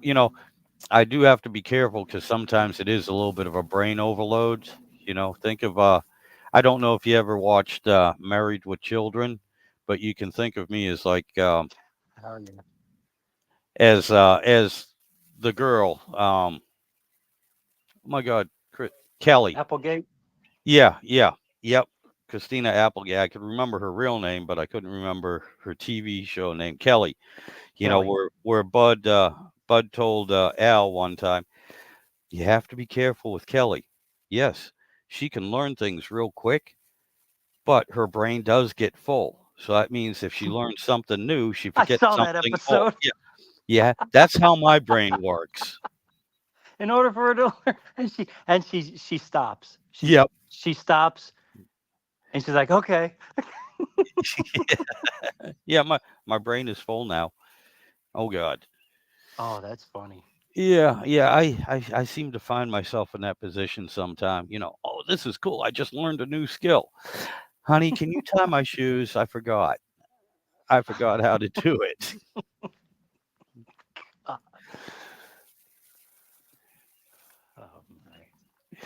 Oh, yeah, my Sometimes sister. it feels like that, Sometimes it's like brain overload. Oh yeah. Oh yeah. Again, on a little bit semi-serious note, again, this transmission, uh, because I'm not familiar with it. This is something brand new to me. And again, I mentioned this at the very beginning of my of this live stream. One of the videos I was watching, the guy, he did the same thing I did, to an extent. First thing he did was he tore apart the overdrive and the transmission at the same time and have all the parts laid out on this big bench. That's great if you can do that. Me, I was worried about getting the parts mixed up and I didn't want to confuse myself. So I did the overdrive first. Then I moved on to tearing down the transmission. In other words, I had the overdrive tore apart and reassembled before I even started on the transmission part.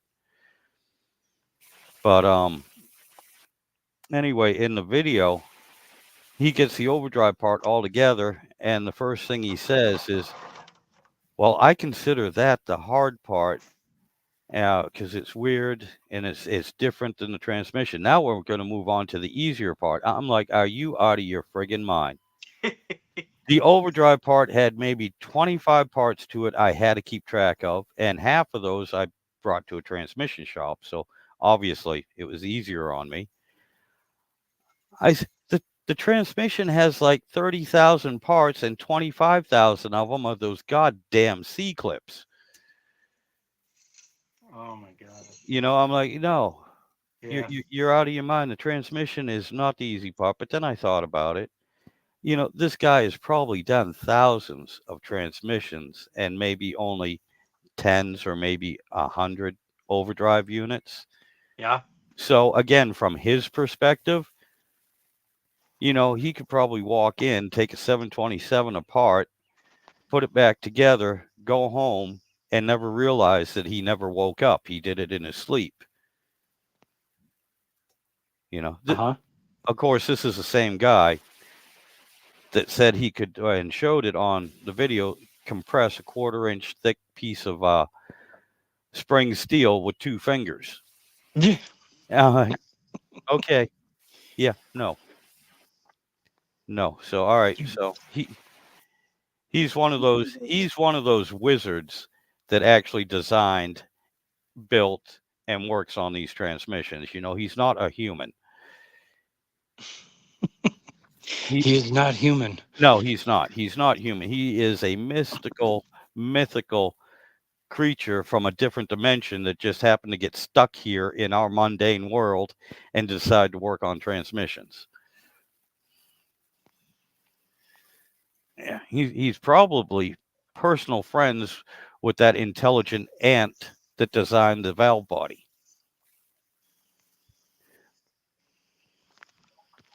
All right. Do you see a whole screen? Oh wait, I think. No, I'm only seeing a little bit of it. What's going on here?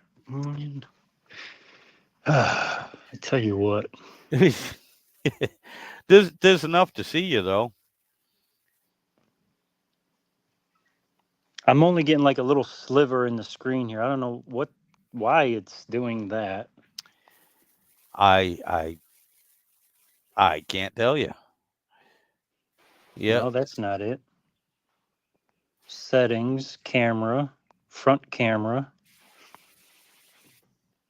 There's a back triple. Yeah, it's for whatever reason Front. the screen is the same size. It's not changing.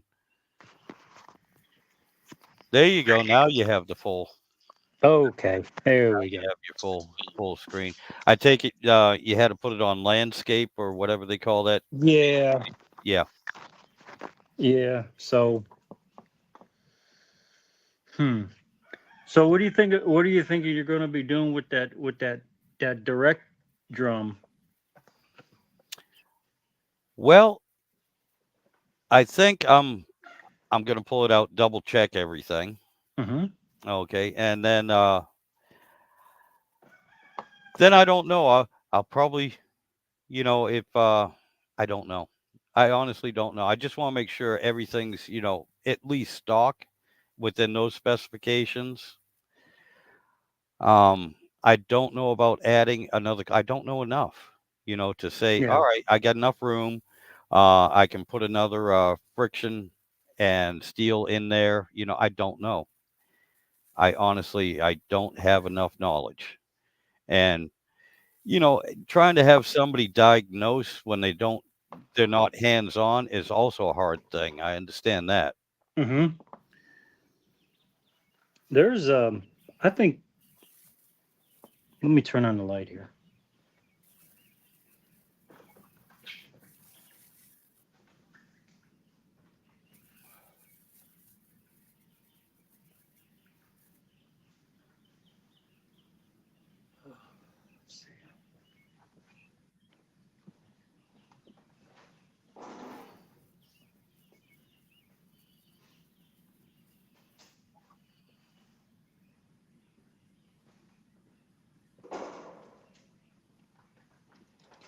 I gotta find everything because I cleaned. Oh God, I hate when I do that. I think this is the same drum you have Okay. because it has the thick top right there. Right. So this should have 3. Oh yeah. Now you see how easy that damn snap ring came out for you? Yeah. And the clutch pack. Yeah. I just flip over the drum, hit it on the table, and they fall right into your hand. Yep. Yeah, this one has 3. Oh, wow. This one's been apart before. I've never had this one apart. I just took it out of the 727 I had. Oh, okay. And you can tell someone's been in it because they got two different frictions. Oh, no kidding. You'll see a lot of that. Like this is the old. Now this has probably been to a transmission shop, and let me explain why. Because this disc right here, I don't know how well you can see this, but you kind of see the material right there. Yep. Yeah. Now I can see the light hit it just right there. Yep.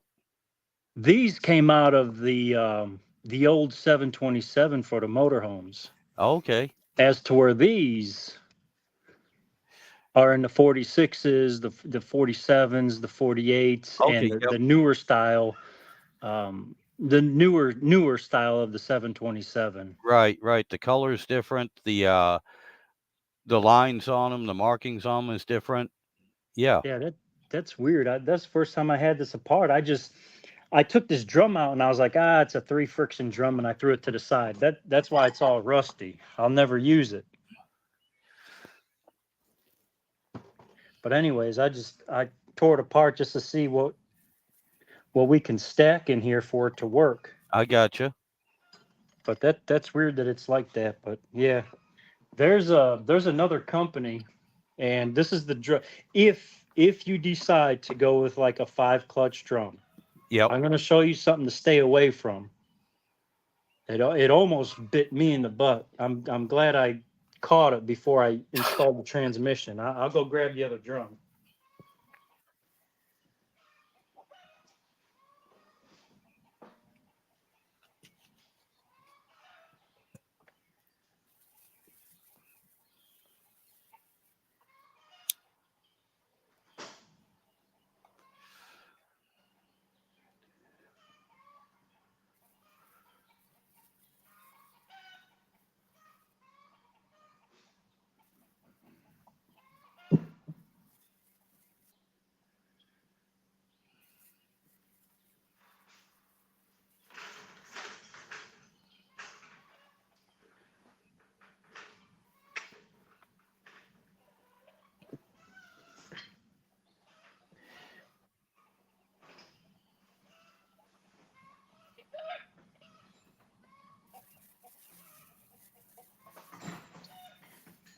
Anyway, I'm sitting here like I'm watching a video.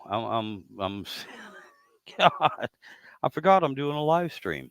I forgot I can still talk and try to keep this going, at least for my sister Carol, who seems to be my only viewer so far. And I know you said you have me here in the background while you're doing stuff. That's cool. And by the way, Carol, I got your pictures. Your garden looks awesome. It is incredible. I'm not going to mention the cucumbers. That's just something that shouldn't be put out here on the internet.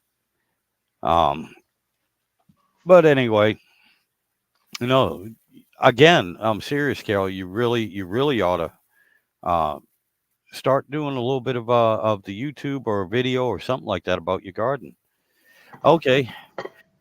Yeah, Damien, I forgot I was doing a live stream, and here I am just sitting here staring at the damn screen like I'm watching a video, waiting on you. I do that. Well, honestly, it's not much different than what I've been doing for the last 2 weeks, and that's sitting watching videos about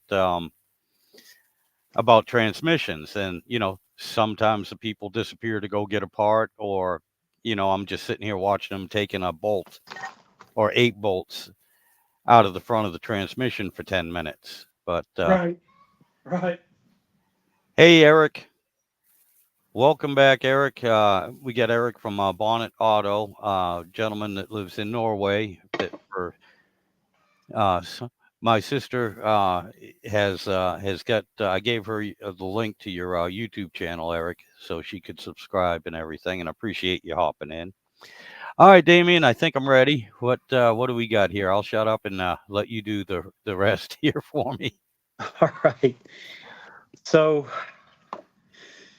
I got a slew of these 3-disc drums, and I'll never use them. They're just, I don't even know why I keep them, but it has the Let's see if I can get it. How the tall lip right there. Right. Yep. All right, here's a 5 friction drum. Okay. Yep. See how much higher that snap ring groove is? Yep. And from what I learned too, the overdrive has the same options on the drums as well on where the groove is. Oh, for the direct pack in the tail housing. Yep. Yeah. So, all right, let's set this to the side. This is the drum to stay away from, unless you really know what you're doing. And they sell this drum cheap online, and a lot of people get it Okay. and end up with a failure in the direct. So, you see how it's a double groove? Okay. Yes. All right, so what they did, they took an original 3 friction drum and regrooved it for 5. Mm-hmm. Well, why is this an issue? Because the top pressure plate is wide. Okay. Right. So it's not going to it's not going to fall in the groove, and it's not going to slip. However, if you happen to get your tolerances wrong and you have a steel, and the steel in their pack actually rides in between those grooves. Okay. Okay. Yep. It actually rides in between. So the steel is floating like this. I got right? you. And it'll work. Okay. But if you don't know exactly what you're doing, this snap ring will fall in this bottom groove. Okay. And now you're back to 3 discs again. Right. See, because it can't catch the drum. I got you. And that's why they machine that's if you just get the drum. Right. If you buy the kit that comes with the drum, and it can still happen, but the kit will consist of this. I got you. It's been machined. It's been machined, exactly. Right. Yep. And that's what you need to get that just right. Gotcha. But like I said, if you don't know your stack well enough to where you can get that steel to float in there, it does you no good. Right. And what a lot of people, and I've seen this, I've torn apart transmissions where they get a drum like this and they want to put 6 frictions in there, or they want to use the thicker frictions with the thicker steels, and they can't get the clearance just right. So what they do is they take the Bellevue pressure plate, Okay. Yep. okay, and they grind this off. Okay. Now I'll show you. Okay. Eric, we're in transmission school again today, which is helpful for me. Seriously, this pertains. Well, I just don't want you to make a mistake, and You don't want me So- to make a mistake. This is my daily driver, my friend. I don't want to make a mistake. see how this one's been ground? Yes, sir. They grind this for 2 reasons. One, for the snap ring to go in there, Right. okay, because it's right up against the snap ring. The other reason, hold on here, technical difficulties. I gotta move this to get to another. Okay. I don't know if you could still see me. I can see your hands and I can see what's on the bench. Okay. Just lower it a tad. All right. So they grind this off because people will use this in the 5 Right. into the 5 drum. Oh, That okay. has the higher snap ring groove, Right. Yep. and this will lock into place right here. Okay. So they grind the top so it doesn't Yeah, so it doesn't hit that. I gotcha. Because when the pack comes on, this will get shoved towards the forward. Right. And sometimes this it doesn't have enough clearance. Yep. And when this pack comes on, it'll actually separate the two Okay. and actually, blow out your thrust surfaces. Yeah, and that's a bad thing. Yeah. So at any rate, I've also seen people use this to stack more in the to stack more frictions in the drum. Right. The problem with this is if you have hold on here. There we go. The problem is you got to take into consideration that this does this. It'll Okay. also fall in this groove because look at how thin the Yep. tangs are. They're just as wide as the As the steel. groove. Yep. So what'll happen is sometimes people will put this in here, putting more frictions. Yep. Now Yep. so you run into that. But I have seen people use this in a 3 friction drum, like what you have, Right. and be completely fine with a wide snap ring. You just have to use a wide enough snap ring to where this doesn't fall in that groove. I gotcha. If you do that, you're completely fine using this. So sometimes you can stack frictions in there. You can get a 4th friction, and I haven't done that, but let's do it right now. Yeah, I'd be interested in that. And See how this works. because like I said, even with my tolerances, I'm at the deep end of the tolerance instead of at the shallow end. Right. Now, there's a saying, you want to be tight, you want 12 to 13 Okay. each friction. Okay. To be loose, you want to be 17. To get it just right, you want to be 15 each friction. Okay. So 15,000. So if you add another friction, you need to add clearance Right. because it needs that fluid around it so it doesn't burn up. Yep. So let me get my.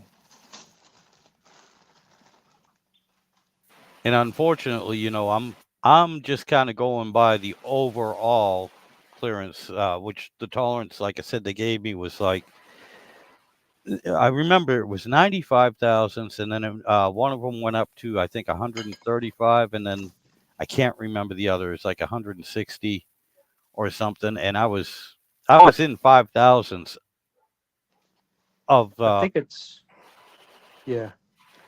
98 to 160. 98 to 160. Okay. Yeah. Okay, and like I said, I think I was at like 150, and that was just using a feeler gauge.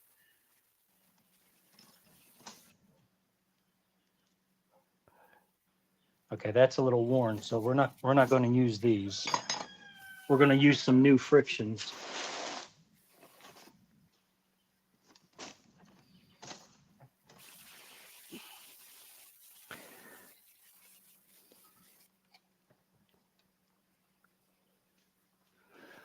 Oh, Eric is saying he finds it interesting, but he's never been inside an automatic transmission.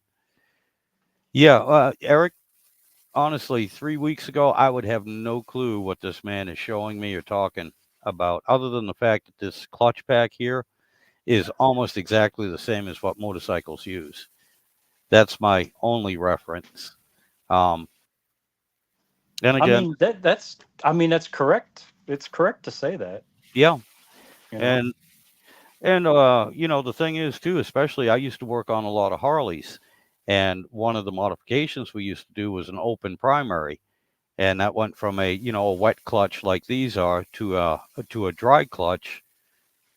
Uh, but the friction discs do have a different material on them Yeah.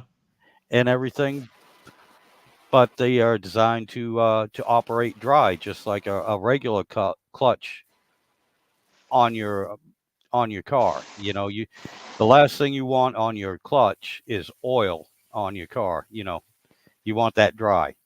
Right. But in the automatic transmission and in a stock motorcycle, they have to be oil soaked, or else they'll just wear out.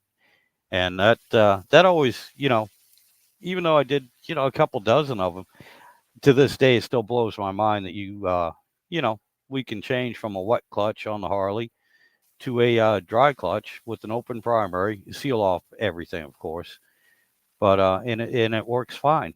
Yeah. It's just Oh yeah.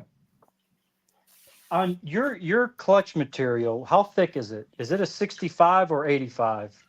uh, again off the top of my head, I am not sure, but if you give me a second, no, Yeah. I don't know if I can put my hands on my calipers. Okay. I'm gonna go as far to say it's an 84, but you don't know till you measure. Right. So go ahead and measure the ones that came in your kit, and I can kind of. All right. Yeah. Keep everyone occupied for me for a minute, and I will go check that out All right. if you don't mind. No, that's fine. All right. You have the con.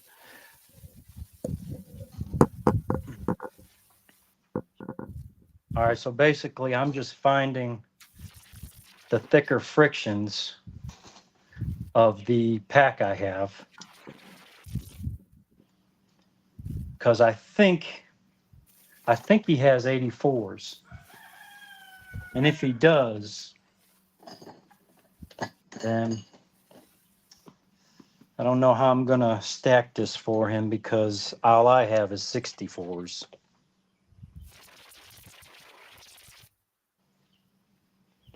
And that's, of course, the 84s are thicker than the 64s.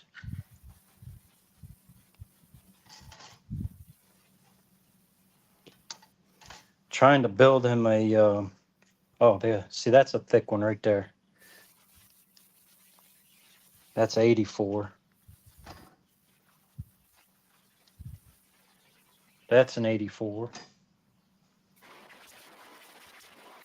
That's an 84. That's an 84.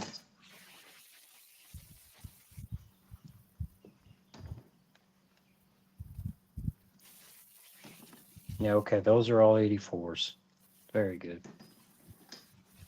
Then, all right, so I have enough to build him a pack. Or not build him a pack, but something that he can reference if he did want to put an extra friction in his drum. That's a new one. Yeah.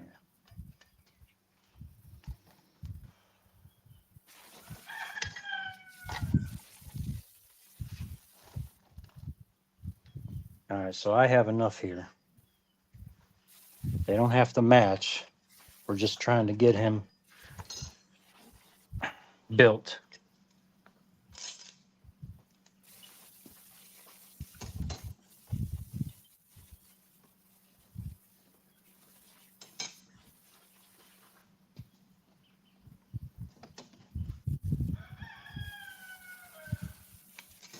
I'm going to find him a thin steel. And if he doesn't have a thin steel, I'll send him a thin steel. I'll send him a couple of them. It's a 68. 68.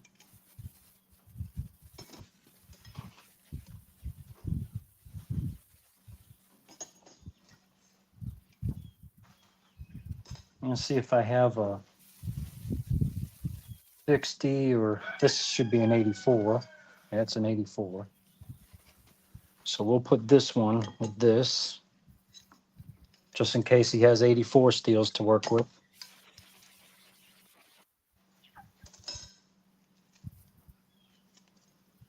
We're basically matching parts. So there's no confusion how to assemble it. He can just assemble it and be good. Okay, sir, I am back. And first, I want to answer Eric's question. That would be 84 thousandths of an inch. So that would be 0.084. That's how you write it down, isn't it? Right. Yeah, so 0.084 inches. Right. Speaking of which, actually, I'll tell you how good the clutches were in that direct drive on mine, Okay. and they are a little bit thicker. They're running 86. That's the new one. The old one was running 85.123. No, 85.130. Okay. The new ones that you measured, did you soak them yet? Yes. Yes, I did. Okay. Yeah. All right. So that's automatically going to make your clutch pack tighter. Okay. Yep. Okay. Because usually when you check the clearances, Mm-hmm. you want to check them dry. But as long as you know that they're wet and that the clearances change, Yep. you'll be fine. Okay. Okay. So that being said, you want to be around 13 to 14 clearance I per got you. friction Yep. because they're already soaked, they're already expanded. Right. All right. So now this is a 3 friction drum. And like I said, I've haven't done this before, but I guess I'm going to be doing it now. Okay. Now, if you don't have one of these or you don't have an extra, you should because you can use one out of your old transmission. All Yep. you got to do is just buff the surface. Right. Okay. Right. This right here is a 68 thou steel. Okay. All right. Why am I using a 68? Because I want to try and gain as much clearance as I can to begin with. Okay, so I'm using a thin steel. Okay. And why am I using a thin steel? Because thin steel will not dissipate enough energy, which is heat, and it will tend to blue. Right. Well, this particular steel is up against the piston, which will dissipate the heat. Gotcha. It's like So a I'm heat going to sink. use a thin steel against the piston.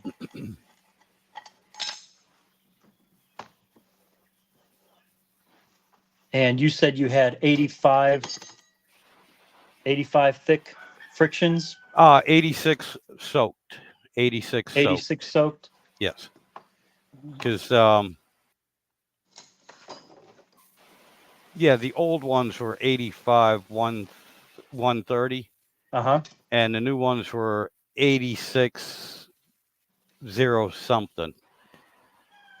But like I said, the old ones and they're both wet, they're both soaked, so the old ones still had a lot of meat on them. Okay. This one's 87, but that's all right. All right, so we have our steel. And you definitely want to use the thicker ones because it's in the direct.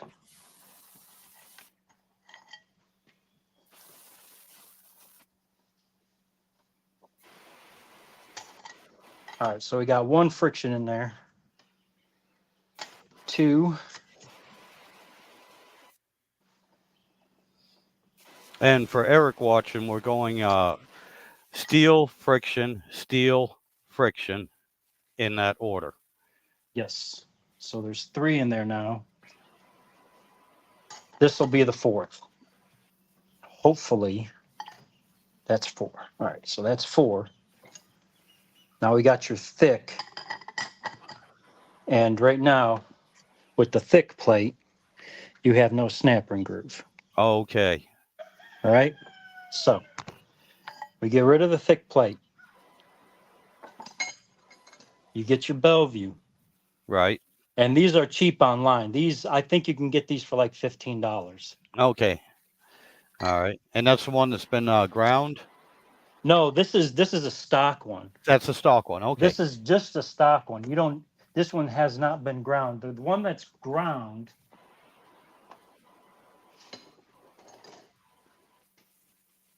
is that one. Okay. All righty. Yep. All right, so we're going to use the thicker. Okay. So if you were just to add 1, 2, 3, 4 frictions and the Bellevue,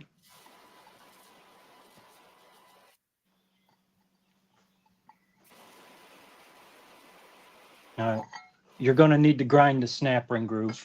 I gotcha. So let's put that one in here. Now this is about 10 thou under the snap ring groove. Okay. Which is good. Do you have a wavy snap ring in your direct? Yes, sir.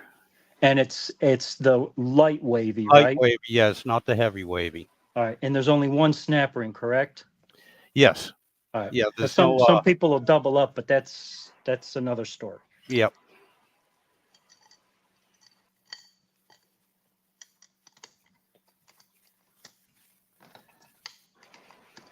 Well, Eric, yeah, I have the same problem, and that's why, especially the last two live streams, there's a whole lot of information that Damien, First Responder Garage, put out, and it's one of the reasons why I'm leaving these live streams up. I do have to go back and put a timestamp in the comments or in the description on when Damien actually shows up to help us, because I basically babbled about nothing for 2 hours, and then Damien showed up and took us to class, and there was a lot of good information. All right, now the snap ring, the thin wavy snap ring, or the one with less wave, let's just say. Yep. Those are 50 thou. Okay. The thinnest snap ring that I have seen, I don't know if there's thinner. I've been told that people use a TH350 case snap ring because it's thinner. But to my knowledge, there is nothing thinner than a 60 snap ring, which is this one, that's flat. Okay. So the wavy is a 50.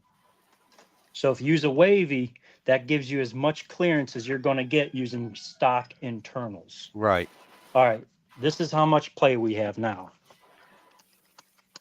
Okay. See that? Yep.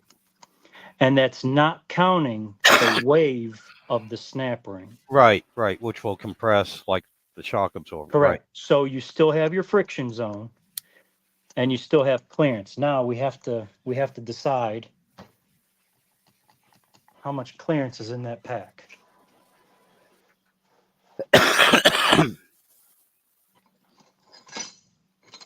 So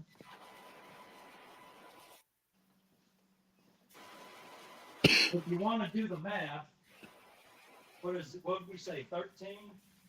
Yes, sir. 13 times 4. Times 4. Right. 52. Honey, you got a calculator. Check that out for me.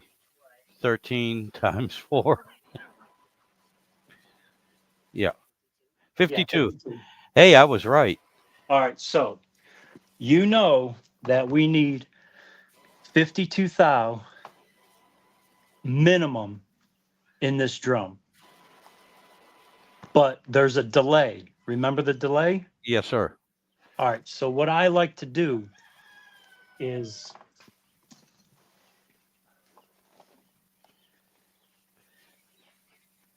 what do we say? The minimum should be 98, I believe. What? Or yeah, 98. All right. Just something I thought of just now. Just something I thought of. What's 98 divided by 3? 98 divided by 3.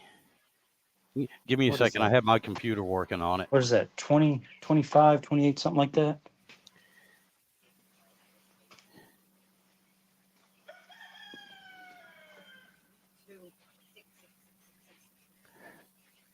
$32 3/4. All right. So if we were to use the minimum spec for 3 clutches, that would tell us that we need 30 thou per friction Yeah, to get enough delay. Okay. gotcha. Now that we have 4, that'd be 120, and give or take 10. Right. Let's see how much we got. Yeah, Eric, you're right, buddy. I was trying to do this off the top of my head. It's 32 2/3, so 32.6. Okay, that's a 30 thou. That's 30.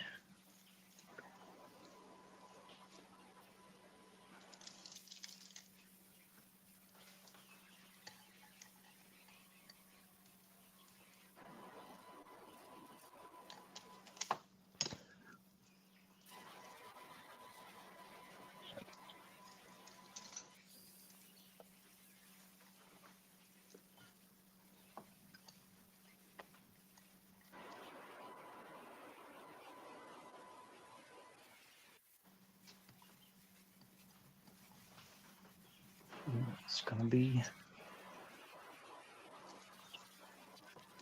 I'm just trying to see how much clearance we have in the pack right now. I gotcha. I probably would round it to 33.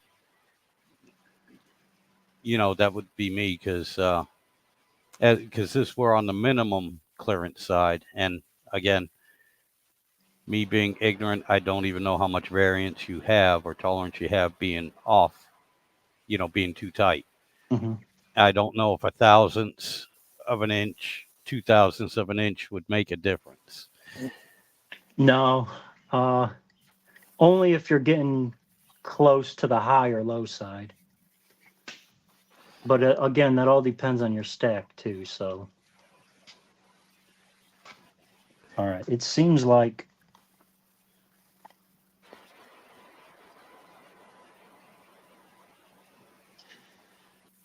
this is what 60, there's 70. There's 70, but let's just say 65. Let's keep that number in the back of our head. Okay, 65. Remember that here. 65 plus. I can't see how much that snap ring is compressed Right. because I can't get the feeler gauge past the bell, past the raised portion. So let's and bear with me. I'm figuring this out too because I haven't set one up like this, I gotcha. and the curiosity has gotten the best of me, and I'm real curious on how to do it. I got you. With that wavy ring, Uh-huh. do you think if you took the measured the thickness, the actual thickness of the wavy ring, because when it's compressed, it should be flat. It should all be the same, and just do Yes. the math instead of doing a physical, check with the feeler gauge. Unless you have a flat snap ring that's the same thickness of the wavy. So what you're saying is put the 60 thou in there, take Yeah. your measurement, and then add another 10 to the measurement because you're going from 50 to 60? Yeah. Okay. That's Let's you do know, that. and That sounds and like a good idea. I'm a simple person, so I'm not really good at math, but that just kind of. Oh, that's a really good idea. Let's see what we get.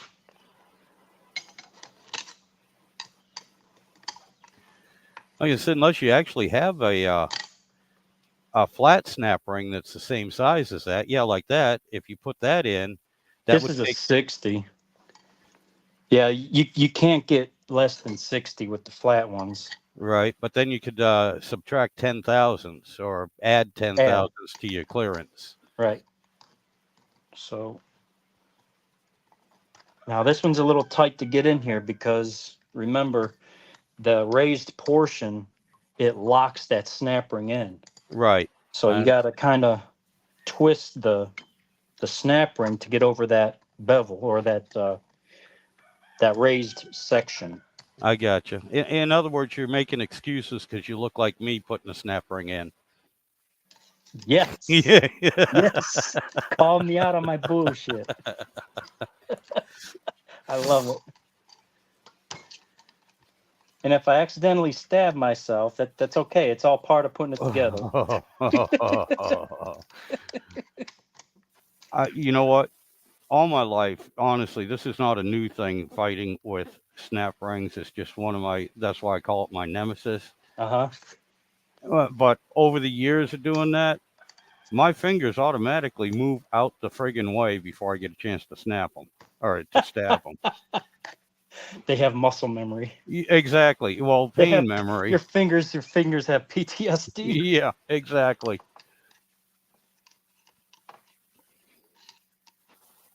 That's funny.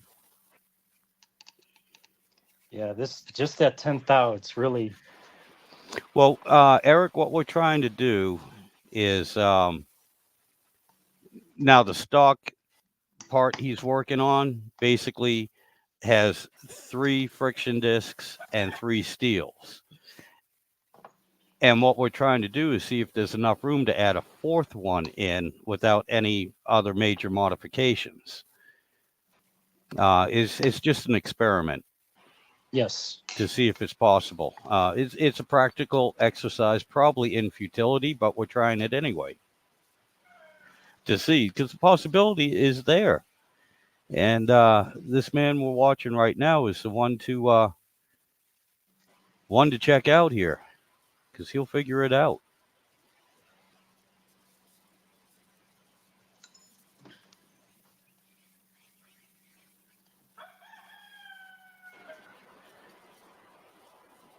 In other words, this is not a standard stock procedure that we're trying at the moment. Right. Measuring everything he's measuring is a good thing, just to double check yourself, make sure you're putting the right parts in, make sure everything is proper. But adding the extra friction and everything, that's not standard.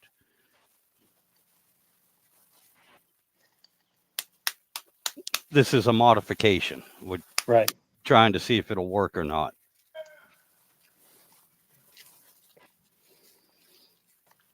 Okay. So I got my measurement. Let's get rid of the 10.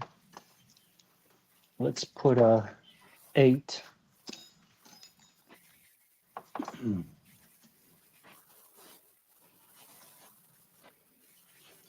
I know I had an 8 somewhere. Oh, here it is. All right. So this one seemed to work good. Okay. So we have a 28. Oh, you got a calculator handy? Yeah. Yes, Just so I we get did. the numbers right. Okay.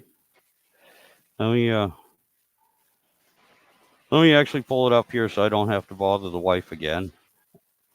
And calculator, not calendar. Okay, here we go. I'm set. I'm ready. All right. So we got a 28. All right. You know. Yeah, I'm just going to use whole numbers. It's easy enough to convert to thousands.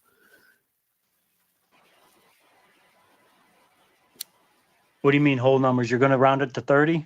Oh, no. Okay. I see Instead what of you're writing saying. it down as Decimal, 0.028, right. yeah, I'm just going to put 28 in. All right. Then put 26. Okay. And we're adding this, correct? Correct. Okay.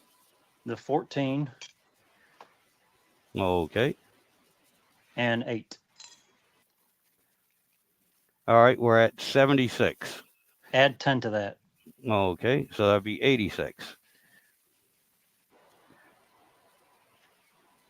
86, Yeah, and 86 we're at thousandths. 98. Mhm. Okay.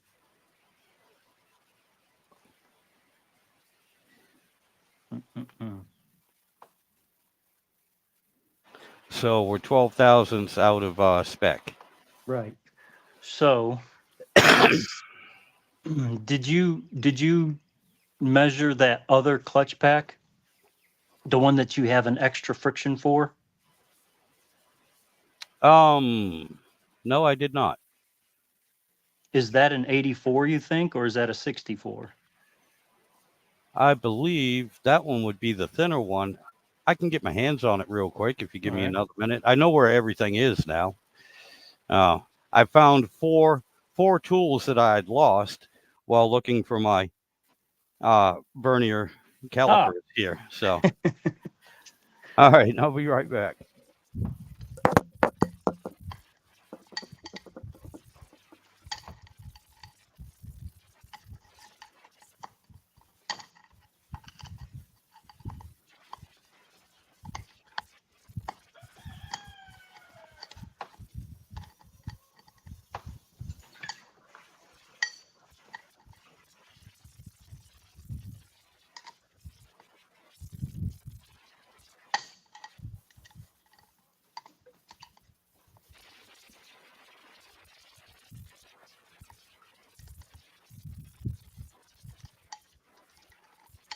Now I got to try and figure out a way to get this snap ring out above that groove.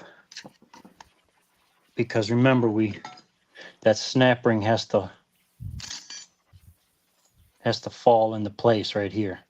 And I got to get it over this lip.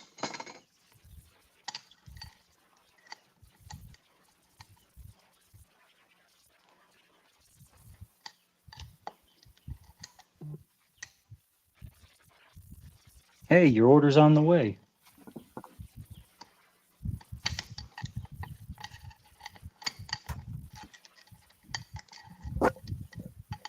No, you know what? Believe it or not, even soaking wet, the old ones are reading just under 85. The new ones are reading just over 85. And this is after being soaked, well, one for 32 years and the other one for, Christ, 48 hours at least. Alleged 32 years. Yeah, yeah. All right. So, what about the other pack, though? The one that goes into the forward. How thick are those? Yeah, those are ones I just measured. Okay. They're, So, they're almost the same thickness. They're, basically they're 10 thousandths difference. okay. So you have.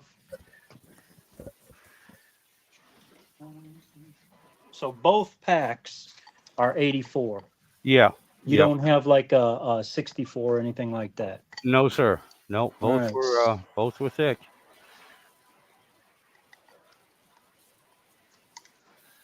And again, I'm sorry, but now you know how I feel dealing with these damn snap rings. Yeah. Yeah. It's well, my excuse is I got a ridge to go over. Uh-huh. Yeah. Whatever makes you feel better. Whatever helps. It's chicken soup for the soul. Yeah. Oh.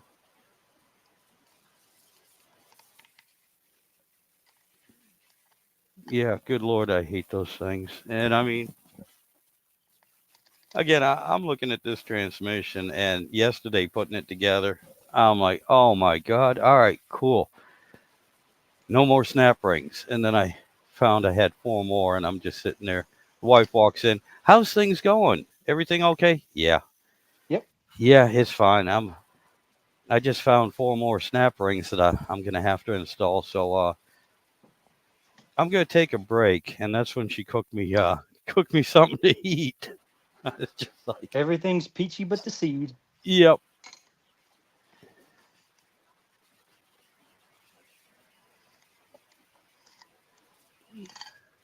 There you go. You won. Let's see, what can we do here?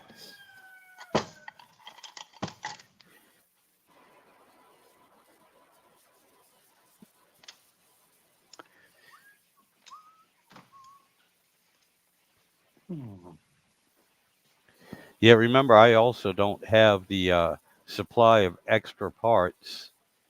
Well, I'll send you what you need. Oh, if we can get something to work. Yeah, this is the what you call the forward, how it's Right. kind of wafered a little bit. Yep. I Yep. don't know if you can Yep. see that. See how they kind of cross right there? Right. Right. Those Yeah. are the ones that I thought were thicker, but they turn out, they're pretty much the same. In the Right, new, because it's at a static engagement. It's not at a dynamic when you're cruising down the road and you're on the throttle. yeah. These are your on the throttle frictions right here. The ones Okay. where let's see if I can get to your right angle of the dangle here. Yeah, see how it doesn't cross? Right. Right. Right. They just got the diagonals Right. basically in them. I gotcha. And that's the grooves in here are to wick away the oil. Right. All right. Let's see what we got. I gotcha, man. This is like I said, I've learned so much just in the last few weeks. Geez, I really should try to go and put my my hat on to see if it still fits because my head's so full of new knowledge. Well, let's see what we got. That's a new one. Oh, hey. Oh, that's thick. All right. Oh.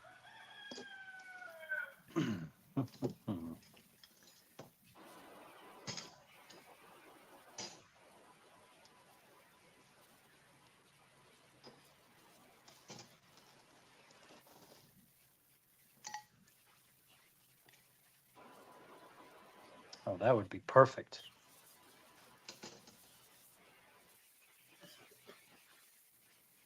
But I was waiting for that but. let's see what I got here.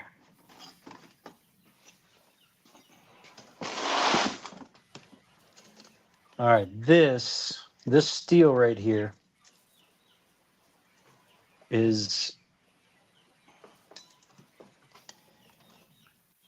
these are special order from Ray Bestis. I think I have an extra one. Maybe. It's a 50 thou. Okay. So that right there is giving you 15. Okay. So if you add 15 to that number, what do we get? All right. Take away the 10 and add the 15 or No, with the 10. okay, with the 10. Yeah, that should be simple math. That's 101.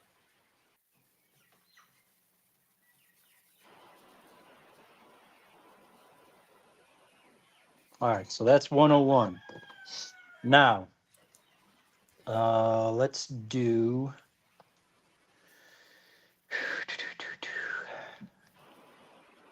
All right, I've got 1, 2, 3, 4, 5, 6.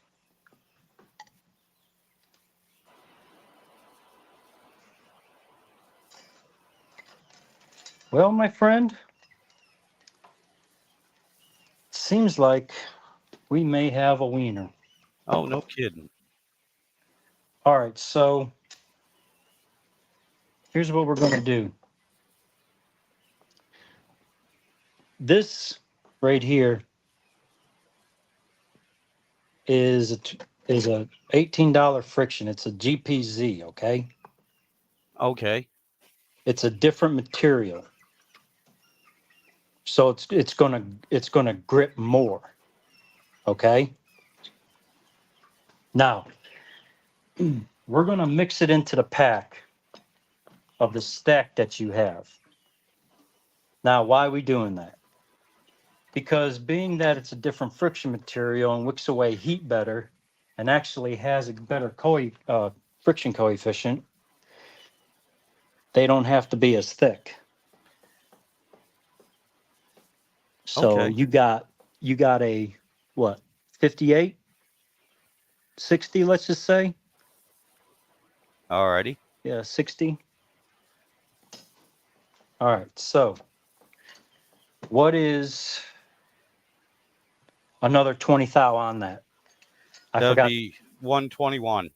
121. So you'll have 121 clearance with this stack right here. Let's do this. Let's do this.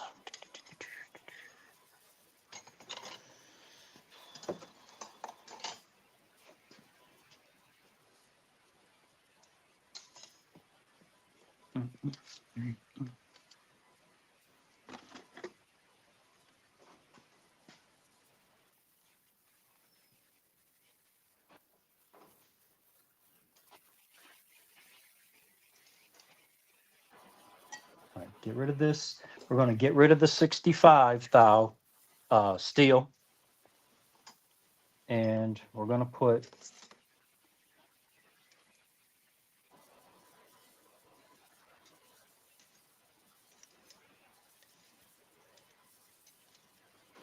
$50 in its place. We got a 50. Okay. Now, you're going to put your GPZ up against the thinnest steel plate. Right. Okay. Then you're going to get your regular 84, 85 steels. So you're going to go steel, friction, steel, friction, steel, friction. That's 4. We got 4 in there. Okay. So we got 4.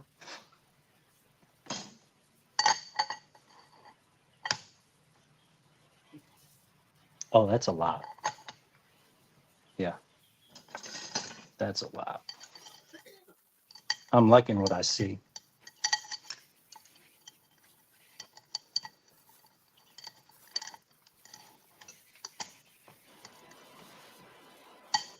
There we go. Look at that. That's a beautiful thing right there.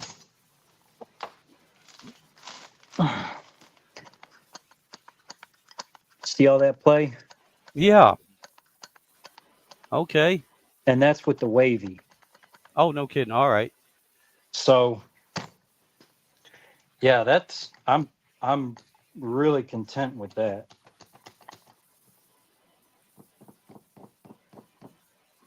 Yeah.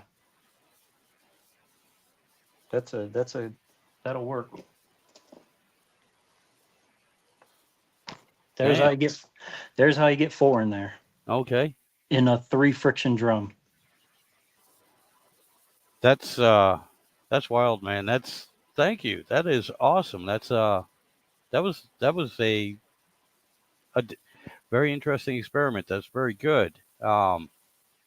This is information I'm sure that a lot of people would like to know. You know what I'm saying? Yeah. And I put the GPZ up against the thinner steel because that one's going to create less heat because it's not going to want to slip as much. Right. Okay. And the thinner steel, most of that heat will get dissipated through the piston. Right. Exactly. The piston act like a heat sink. Right. So, where do you want me to send this? Well, I will tell you what I'll do. If you can get on the comments here, because they won't show up later, I'm going to put my phone number down. And I'm going to do the same thing with Philip III, because I have tried and tried. You know, Just send somehow. me just send me your phone number in the messenger.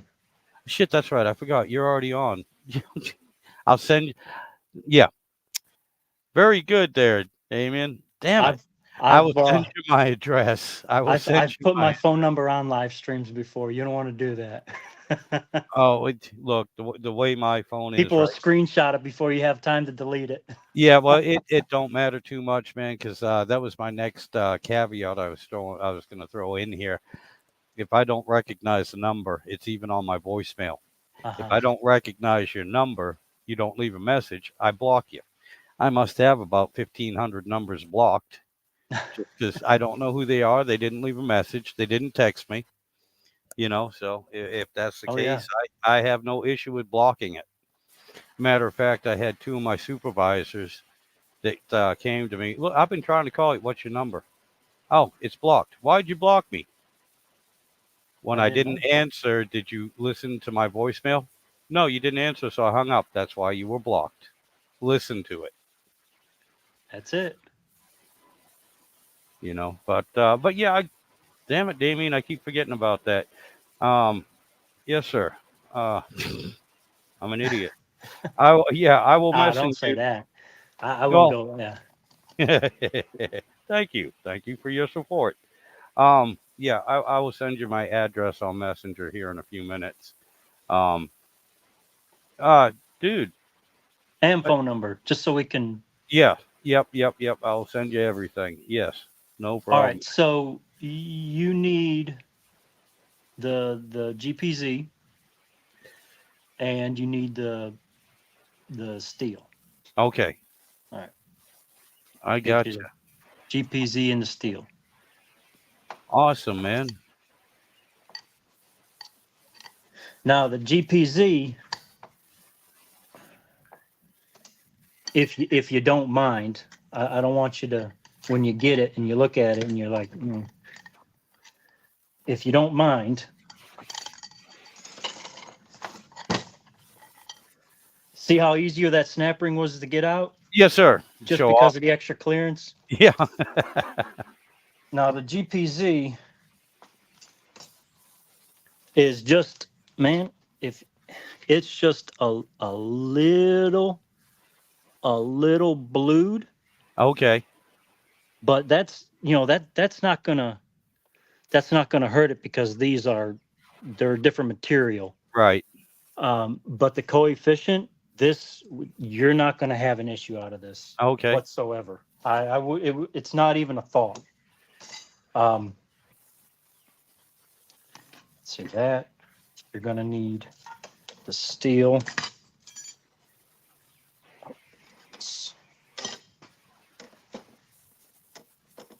Let's get you this steel. It's a little blued. Yeah, let's get you that.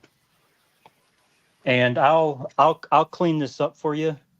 I'll put the finish on for you Okay. with the Scotch pad. Right. Because, if you use new steels and you're just doing a stock rebuild, you can just slam these in, no problem. Yeah. But if you're going to reuse them, always Scotch Brite them. It's funny because before I got the rebuild kit with the new steels, Mm-hmm.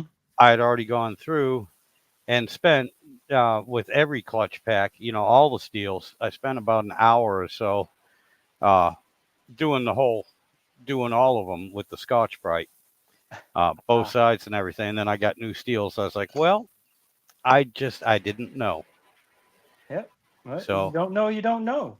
and It's as simple as after, that. yeah, and after measuring the old clutches and the old clutch pack, it looks like I have spare parts because they all look good. They all look good, but the clutches came with the rebuild pack anyway. So, Yeah. Now, what are you doing?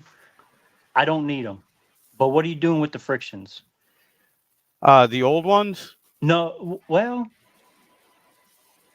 the old ones are the extra ones. the old ones and extra ones. Let me ask you that. Yeah, they're sitting in a box, and hopefully, I actually probably will never use them. So, yeah, if you want them, I'll send them to you. That ain't no problem. Send them because I'm always tinkering and for me to rip apart a transmission, that's just fun. I It's got just you. fun. Yep. I know people that dress up in leather and get hit by whips, and they And consider they make that a lot of fun. money on YouTube. Yeah, and they consider that fun too. Me? You know what gets me? You know what gets me? I was scrolling through the the live feeds, right? Right. And Yep. it was like 9 o'clock at night. I was just seeing what's out there, who's getting the most views, right? Because I mean, I'd like to, make a profit doing this. It's fun, Yeah, I and if got I you. could, and if I can teach someone something, all the better. Good Lord. Because Yes. I got no kids, so whoever's watching it, they get my information. All right, so that being said, being that I'm a Generation X and I have a different way, and every generation has a different way of thinking, right? Oh yeah, I'm early Gen X. I'm second And year, I guess. and to each his own. Nothing against the newer generation or older generation. It just depends on where you grew up and when you grew up. Right.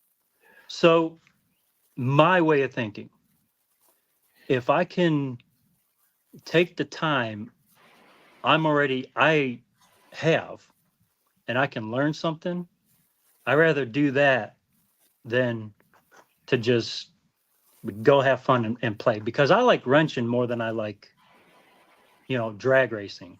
Right. I got you. I got you. I So my understand. mindset is there'll be a lot more people interested in learning things than just doing stupid stunts, Oh right? yeah.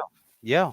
Well, as I'm scrolling through and I'm like, okay, this guy's doing this, and this woman's doing this. She's cooking, and this guy is, assembling a go-kart, and another guy is woodworking. And I'm like, all right, 30, 50 views. I'm like, all right, cool. You know, it's nice to know that I'm within the range, of, six, Yeah. Yeah. Yeah. six viewers. And then I come across something very interesting that kind of opened my eyes to something I really didn't didn't want to see, but I kind of lost my faith in the upcoming years. I come across a guy dressed up as, he had a wig on, he had some glasses on, he had some makeup on, just has a funky outfit, right? Right. Right. And he has this big, expensive mic in front of him. Big mic. Yep. And he's got different things, like take, for instance, a screwdriver. And he's doing this to the mic. Oh, okay. Just so you hear the noise. Right. And then it'll be like, well, what does this sound like? And I then gotcha. Yeah. and he's doing this to the mic. I'm like, what's going on here? Curiosity got the better of me, so I was on there for a good 30 seconds. And he gets these gloves, right? These gloves have like they're meant for petting your cat and removing the fur, right? Yes. Can you hand me that, sweetheart? Yes. Yeah. Yeah. I kind of know exactly what you're talking about. Was that your show? Yeah. No. No. Wasn't me. Wasn't All me. right. But it was that identical one. Okay. Yeah. All right. And then he does that to the mic. And it had like, of course, you heard the bristles grabbing and falling away from the mic, and you heard all that. Right. It sounded like a bunch of nails on a chalkboard. So, and I'm like, you've got to be kidding me. This guy had 500 plus people on his live. Yeah. It. Yeah. And the comments were going by so fast. It was like, if you're just to scroll the screen like this. Yeah. You couldn't keep up. And I'm like, what? Yeah. I know the feeling. I've been in your situation. You know, same thing. It's kind of like, are you kidding me? I mean, this I don't even consider this entertainment, and who is watching this? You know, Yeah. and I'm just like, all right. So there's 5,000 parents that left their 2-year-old um, in front of the computer, and this is what they found. Yeah. Yeah, And that's not even the, just yeah, don't scroll too far while they're mhm, doing the lives. yeah, yeah. Because No, then you get into something you don't want to ever see. I understand because And unfortunately, it's children. yeah, So I yep, just, to each his own, but there's a cutoff point. There's, hey, no. right. No, I understand. You know, it's like, well, you've seen a lot of the content on my channel. I don't have uh, uh, just a certain specific thing that I talk about. You know, I'm basically showing everything I do in my regular life. You know, as far as Mm-hmm. projects go. You know, I don't really sit here and show somebody that I'm eating breakfast, I'm on my way to work or anything like that. But I show them, you know, what little projects I have to do. And I'm like, well, I'll make a video of this. And again, what started me doing that was, like you said, the younger generations. And again, nothing against them. If they don't know, they don't know. If they're not exposed to this, they're not, you know, how can you learn? But I Mm-hmm. had a lot of the younger generation look at me and go, well, you're just, without saying it, they just looked at me, well, you're just a dumbass truck driver. How did you, you know, build this? How did you fix this? How did you do this? Mm-hmm. I said, well, that's the way I grew up. I grew up without money to go out and buy something new, without money to have somebody else fix it for me. So I had to learn how to do it myself. I am not perfect. You know, on most things, I am a hack, more or less, but I get it done so it works. And I, Hack in the sense of it, you're new to it. right. It's, Yeah. Yeah. Not in a bad way. yeah, Not in a bad way. Um, but I you said, and still it's, apply common sense and yeah. And I said, you know, it's something you can do yourself. You know, I said, you don't, and a lot of them too, and I'm talking older millennials, you know, people that are in their 30s that still grew up watching the TV programs, albeit on the computer, but you know, where everything is perfect. You know, they'll tell you it's a 30-year-old part or a 30-year-old house or whatever, and you look at it and it's like, that looks like new construction. You know, it's already been cleaned up, it's perfect. mm-hmm. This bolt that's been in here for 45 years on the East Coast, submerged in water, Mm-hmm. they break it free and it comes out in one piece. You know, I Yeah. mean, everything seems to work perfect. Not only that, but they have hundreds of thousands of dollars of tools, and they have the proper tool for everything. You know, they have 38 different flathead screwdrivers. We're not even going to get into the exotic Phillip heads. Mm-hmm. Okay. Well, they Yeah, the grew up. ones with the you know, the ribbed ends Yeah. and the different cross hatch ends to grip Yep. the. Oh yeah. Yep. Yeah. You know, I shouldn't talk. You know, I got over $80,000 worth of Snap-on and stuff in my Tools garage. add up. Tools, oh my gosh, do they add up? Oh yeah, Jeez, and man. I'm talking 1980s and 1990 prices because I haven't bought any in the last 35 years. These are Yeah. just tools that's how much I spent back then. Oh yeah. But anyway, yeah, and they're looking at me and I'm like, no, you don't need to have a perfectly clean, sterile, you know, 30,000 square foot shop to work in. You know, you can do this on your own. And yes, you know, I hate to say it, but a good stout, especially my Snap-ons screwdriver, works just as well as any chisel or pry bar. You know, so yeah, you, I know anyone that has spent $50 on a damn Snap-on screwdriver, number four screwdriver is going to be like, no way in hell am I hitting that with a hammer or am I prying on it? I'm like, Have you well, priced? Have you priced out a Snap-on socket set? Not even a big socket set. I'm talking just like a 12 piece. No, sir. No, I'm afraid to. Look, I see the Snap-on truck, and I go the other way now. I wish I still had one of their flyers. They're advertising a sale, right? I mean, it's 15% off. It's $530. Mm. Yeah. I Yeah. don't know. Does the dollar even mean it? Well, the dollar really doesn't mean anything ever since Nixon. So, but You, that's another story. good Lord, I remember when I started high school. I went to a vocational technical high school, Uh-huh. and I went to the auto shop. And the Snap-on guys, of course, we got a real good deal for all the tools back then if we bought them, through the school. And I remember it was a nice little 5-drawer, just top chest, Mm-hmm.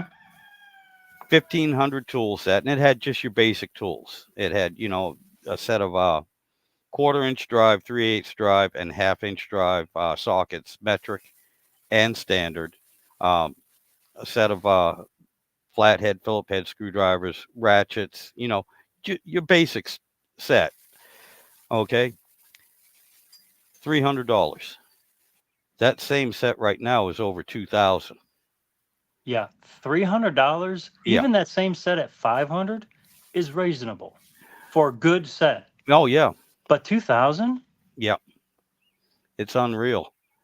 I don't understand it. I mean, but hey, our president's doing a great job. Oh my God. Poor Eric. He's having a little bit of difficulty here too. What's that? He wanted to go on and join in the talk here. What's ASMR? Eric, you're gonna have to elaborate on that. But when he turned the camera on, he closed the window immediately, and in other words, he shut himself out of the live stream here. But I think it's scientifically proven as some kind of brain orgasm. I think the word you're looking for, Eric, is either aneurysm or brain fart. Or orgasms on a little different level. At least if I'm interpreting it right. Remember, he's from Norway too. Okay. And so there might be a bit of a, I hate to say language barrier, but the slang and everything, this, Yeah. Yeah. But there was something I wanted to. It wasn't that. That's something different. I'm sorry, we were talking about tools, price of tools. Yeah. It was before that. It was before that even. Yeah. Shoot. All right, Eric, what you're seeing right now, live streaming, is somebody having a brain fart. That's what's going on right here.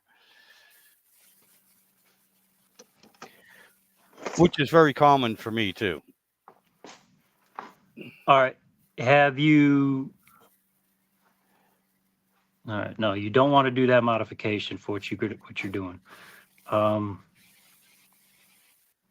The ceiling rings here. Yes, sir. Did your kit?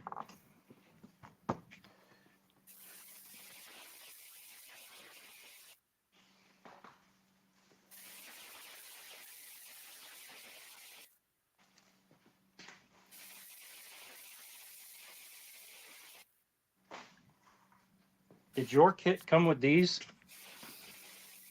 Not the blue ones. No, sir. All right. What color are they? They were. Now I'm assuming that is for the pump. This is This is the stator. The pump stator. All right. It came with exactly what was on it. I believe it was one steel and two of the plastic ones. And you're talking about this one. I'm trying to remember. No, it wasn't that. It was that piece you're showing me. I do remember replacing the seals on it, but whatever. Steel ones, right? Right. All right. Yes, that one had all steels on it. Yes. Right. Yeah, 2 steels. That's right. It had 2 steels on it. If I'm thinking right. So your transmission didn't come with these ones. No, sir. All right. I'm going to throw these in. Oh, okay. Um, Thank you. those will seal.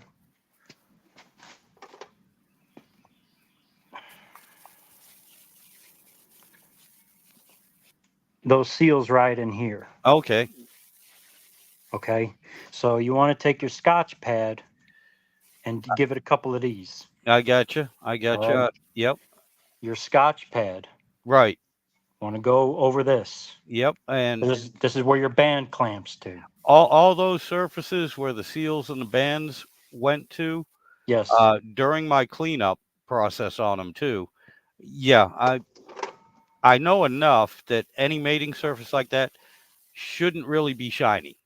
So Right. basically, that's what I did. I took the shine off of it with a Scotch pad. Yeah, I didn't use wire wheel. I didn't use sandpaper. I didn't even use crocus cloth. Just for a simple fact, I don't have the experience and knowledge, but I figured Scotch Brite is going to take the shine off of it, take that little bit of polish off of it to Right. give it a good surface to bite. It's like honing a cylinder for Right. rings. Yep.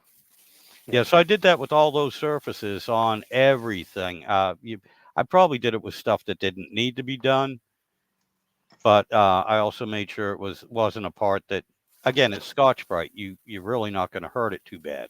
Right. Is this the bad one? Yeah, it's the bad one.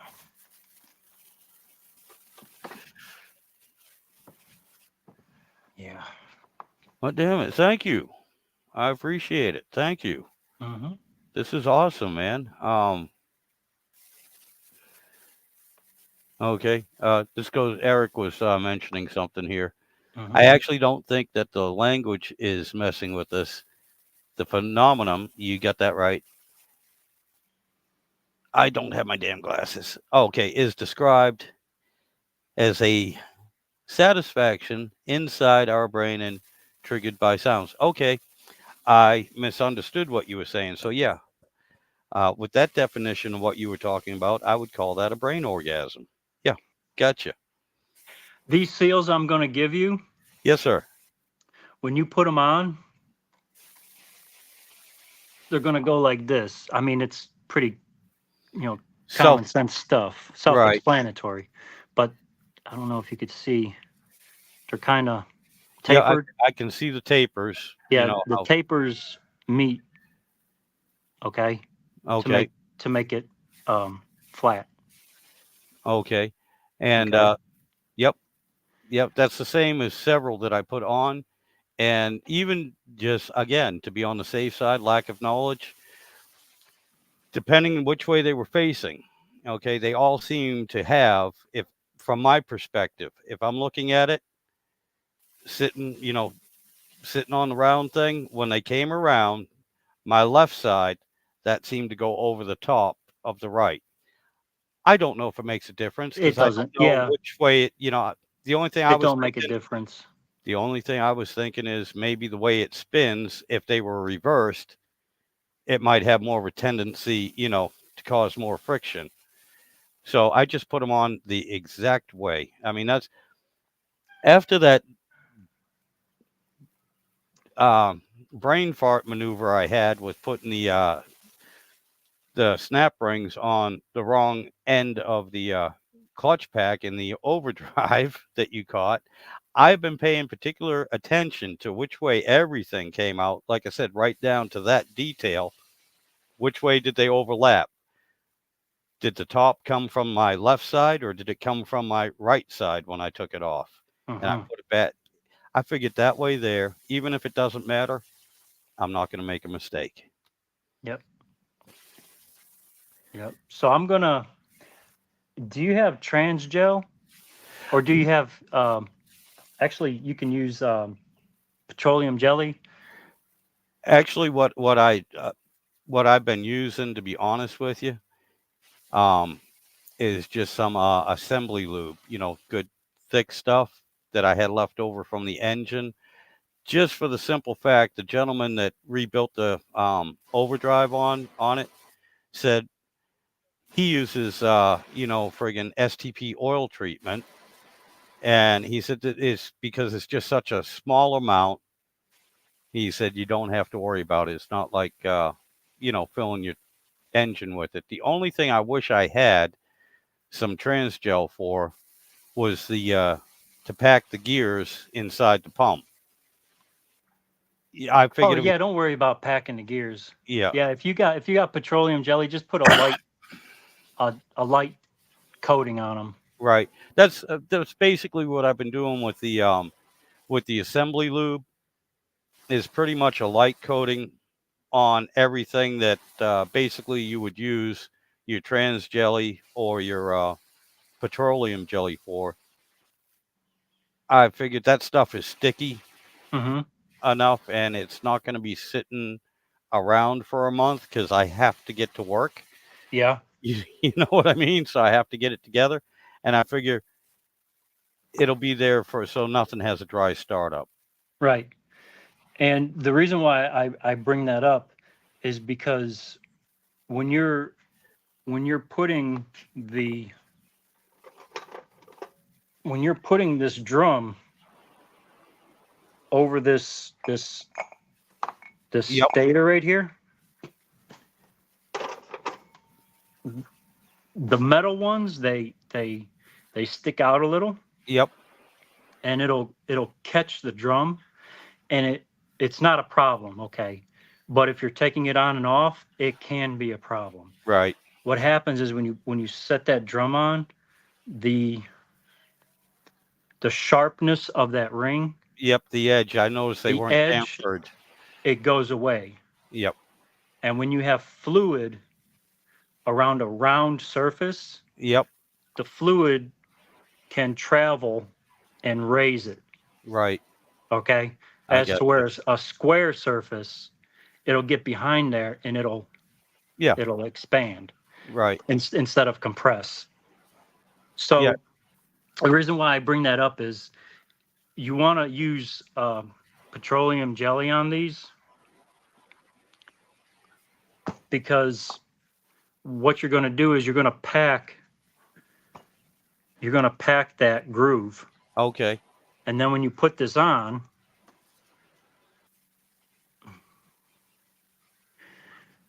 you're going to hold it here, Gotcha.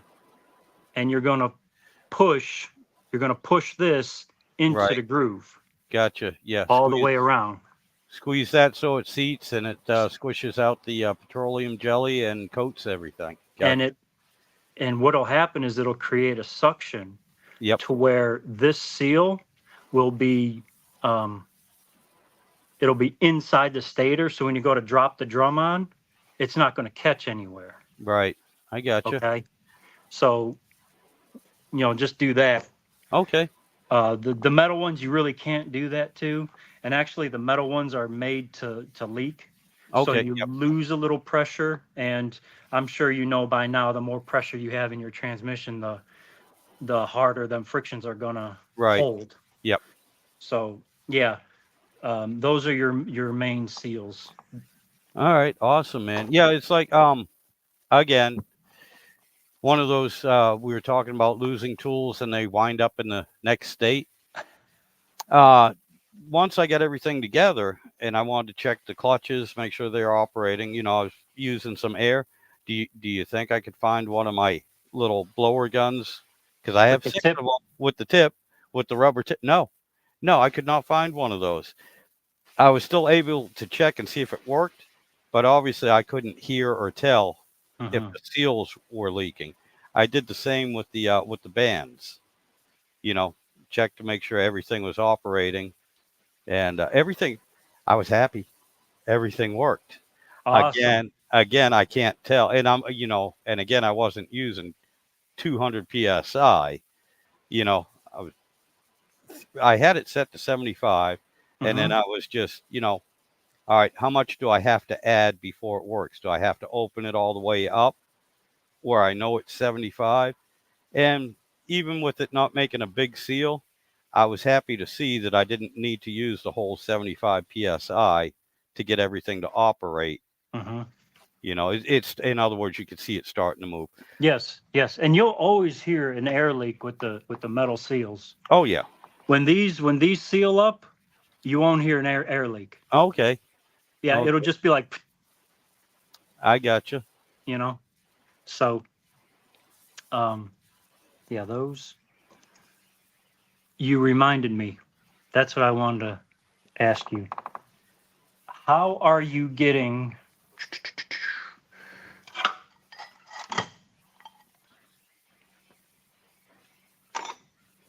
How are you getting this ring off right here? Okay, which is that the forward clutch? This is your direct. This is your That's third gear. direct. Because here's your second gear. And then Okay, when the band comes off and this one applies, this is your Right. third gear. all right. So that sits on. You have the forward clutch, and that sits right behind it. Right. So this. Yep. Okay. Yep. I got you. Again, How are you getting that off? God, there was so. Oh, that. Oh, yes. It's even on my video. Here, I happen to have it. That's perfect. Yeah. I love it. Yeah, it How'd you worked. come up with that? I watched the video. Oh, okay. Excellent. You know what I used? What'd you use? I used the three jaw harmonic damper pulley, Yep. and I put long bolts in there with nuts, Okay. and I just put it on my press. I got you. See, I don't have a press Things- or anything. and- Things. yeah. So I made But this. hey, that's a good idea. Yeah. Yeah. It sits in here. These three I lined up over the in the middle. Each one was in the middle spring. It lines right up to middle spring because I figured that's the best pressure point to keep everything from Yeah. warping. Yeah. And I'll be honest with you, I need a bigger wing nut than this, and I need to shorten this too because it takes 5 minutes to get it Mhm. down. You know, I mean, the damn thing only sits about that tall. 5 Yeah. hours later. Oh yeah, and you know, again, just like the friggin' C clips, when this is not being filmed, that'll run halfway They'll down. run halfway down. Yeah. You know, when I In got the the camera, video, yeah, when it's I got almost like there's Yeah. sandpaper on the threads. exactly, and again, I need a bigger wing nut. I had to put a pair of pliers on the damn thing to spin it. You know, just that last 16th of an inch to get the clearance. Uh-huh. But it did. It worked beautifully. Awesome. It worked. I like perfect. it. I like Thank it. you. Thank you. Again, I think it was $6 for the screws because I already had pretty much everything else just hanging around. This is just scrap from other projects. Mm-hmm. So yeah. There's a bushing that some people like to put in upside down. And I think it's just because they think that the snap ring is up against the wear surface. But I've ran across this where here.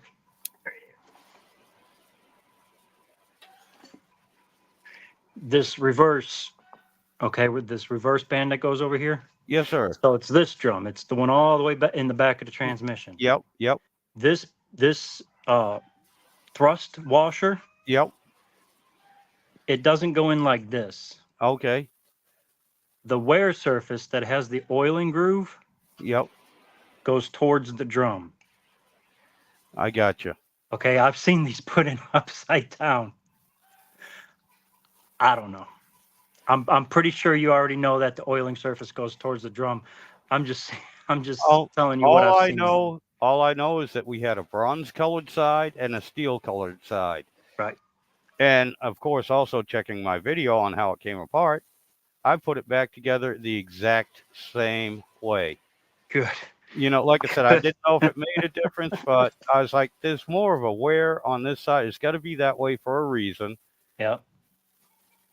I am not one to go against somebody else's, you know, especially one of those magical wizards that designed this thing from a different the dimension. guys with the big staff. Yeah. Like crystal. Yeah. So I'm not going to go against them because I have no magical abilities. I don't have any defensive spells or anything, you know. I So think yeah. I think your transmission is going to do just fine for at least 100,000. Oh, I hope so. Good Lord, I hope so. Yeah, But I think you're just fine. Let's see.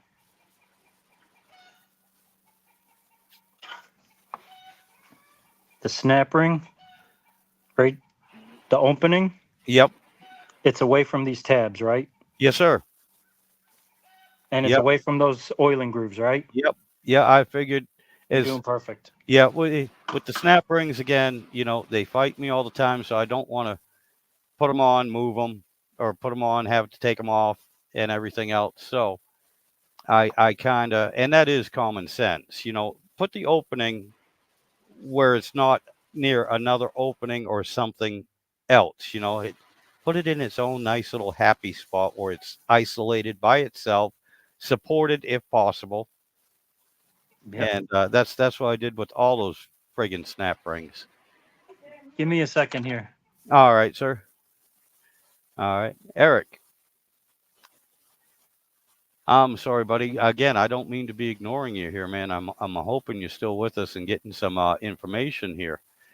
Uh, Speaking of losing track of things, oh, Apple AirTags for keys and important stuff. Yeah, yeah. I've always wanted to try an experiment with that and attach one to a 10 millimeter socket.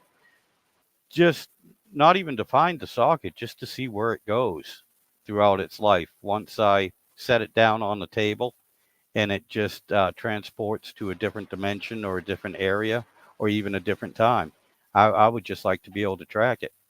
Eric put up here, speaking of losing track of things, Mm-hmm. I love Apple AirTags for keys and important stuff.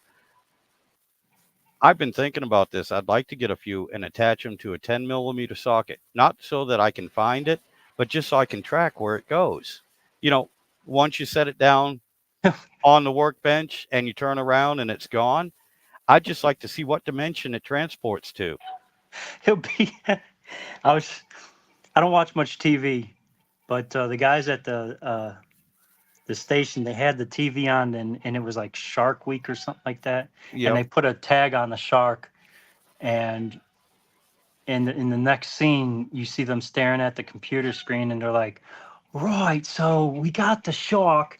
It kind of dips down into the depths where his body temperature lowers, and then he comes back up, and you can see this body temperature raising lower, and that's going to be us tracking your 10 millimeter socket. It's going to be Oh like, yeah. wow, look at this. It's in the Wyoming. Oh yeah. Yeah. Yep. Yep.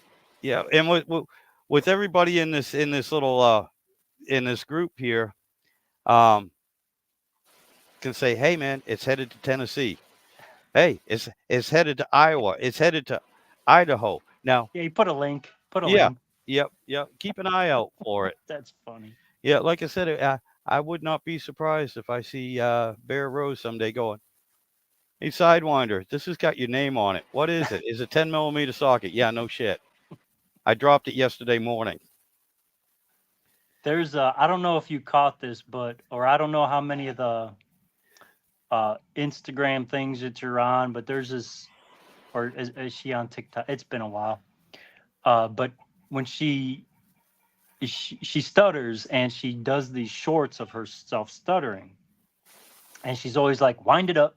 So at the beginning of the comment section, I was like, wind it up because you're Sidewinder. Oh, okay. So Yeah, I was no. like, wind it up. Okay. Yeah, I caught that. Like I said, it didn't click. The only social media I'm on is the YouTube and Facebook. Yeah. Oh, Um, she has Tourette's. That's it. oh, She has okay. Tourette's. Okay. Okay. Yeah, I tried one time. I got caught working on something that was irritating me very bad to the point where even my cuss words were unintelligible. You know what I mean? I was just Been so there. so friggin' upset and everything. And unfortunately, this was decades ago. Um, One of my little nephews couldn't have been but maybe 2 or 3, about the time where they start imitating you and picking up words and everything. Uh-oh. Yeah, heard that tirade And again, my nephew, his older brother, close to my age, just looked at me and said, "No, no, Uncle Mark has Tourette's syndrome. Don't make fun of him. Don't repeat him." For about till the kid was about 12 years old, he thought I had Tourette's syndrome. My gosh, He did. I mean, it's funny now, you know. that's It funny. is. That's funny. But and I will tell you what, a few other times where he caught me like that, you know, and I didn't know he was around. He never repeated them, never said anything. Matter of fact, he would tell everyone else, all his old friends, "No, my uncle has Tourette's. It's a disease. It makes him say those bad words." And oh my God! And there's a few. Of course, it goes on and on because there's a few other times where he heard other people swearing, cussing, arguing, whatever, and he'd ask, "Do you have Tourette's?" You know, he'd go right up and ask him and everything. Go because my uncle has Like, that. what? Yeah, Say? yeah. I'm Uh, sorry, but yeah, that just for some reason that popped in my head. This is how my brain works. You know, it's I I don't know if you'd say it's circular, spiral, or just some sort of oh, I don't know if you could see the fourth dimension version of a circle. That might explain it. the Twilight Zone. Yeah, yeah. Oh, yeah. Very close. Yes, yes. Very close to that. Oh my God, Jesus, Damien. Man. Thank you so much, man. This is awesome, and the knowledge. I mean, like I said, you know, I'll be going into work. And they'll be going, "What is that on the side of your head? Is that a tumor?" No, that's where I'm keeping all this new knowledge for right now till it gets absorbed. Don't worry about it. I'll be fine. Yeah, I mean they're pretty easy.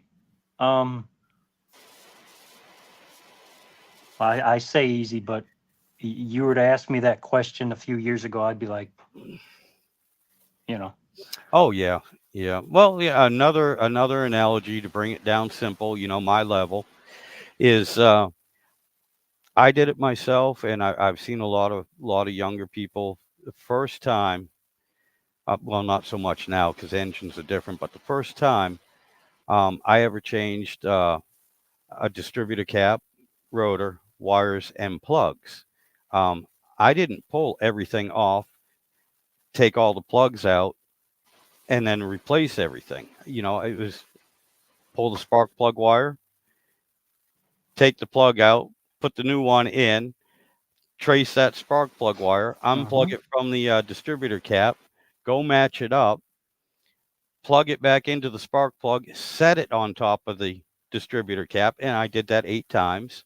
Then I went to the distributor cap with the new one in my hand, one by one, oriented. And back then, a lot of them had number one stamped on the distributor cap, or they had some sort of mark. mm-hmm. So I'd orient, you know, do one at a time, and then remove the old distributor cap, remove the rotor, and this is how long ago. Take out the points in the condenser, Mm-hmm. replace those gaps. But I did everything one at a time, and I was so amazed when I could see, you know, when I watched somebody with experience because they already knew. They're like, "Well, that's an easy thing here. That's all you do." And they take it all apart and they throw it on a bench, and you know, and I'm like, "You have everything. How do you know where everything goes?"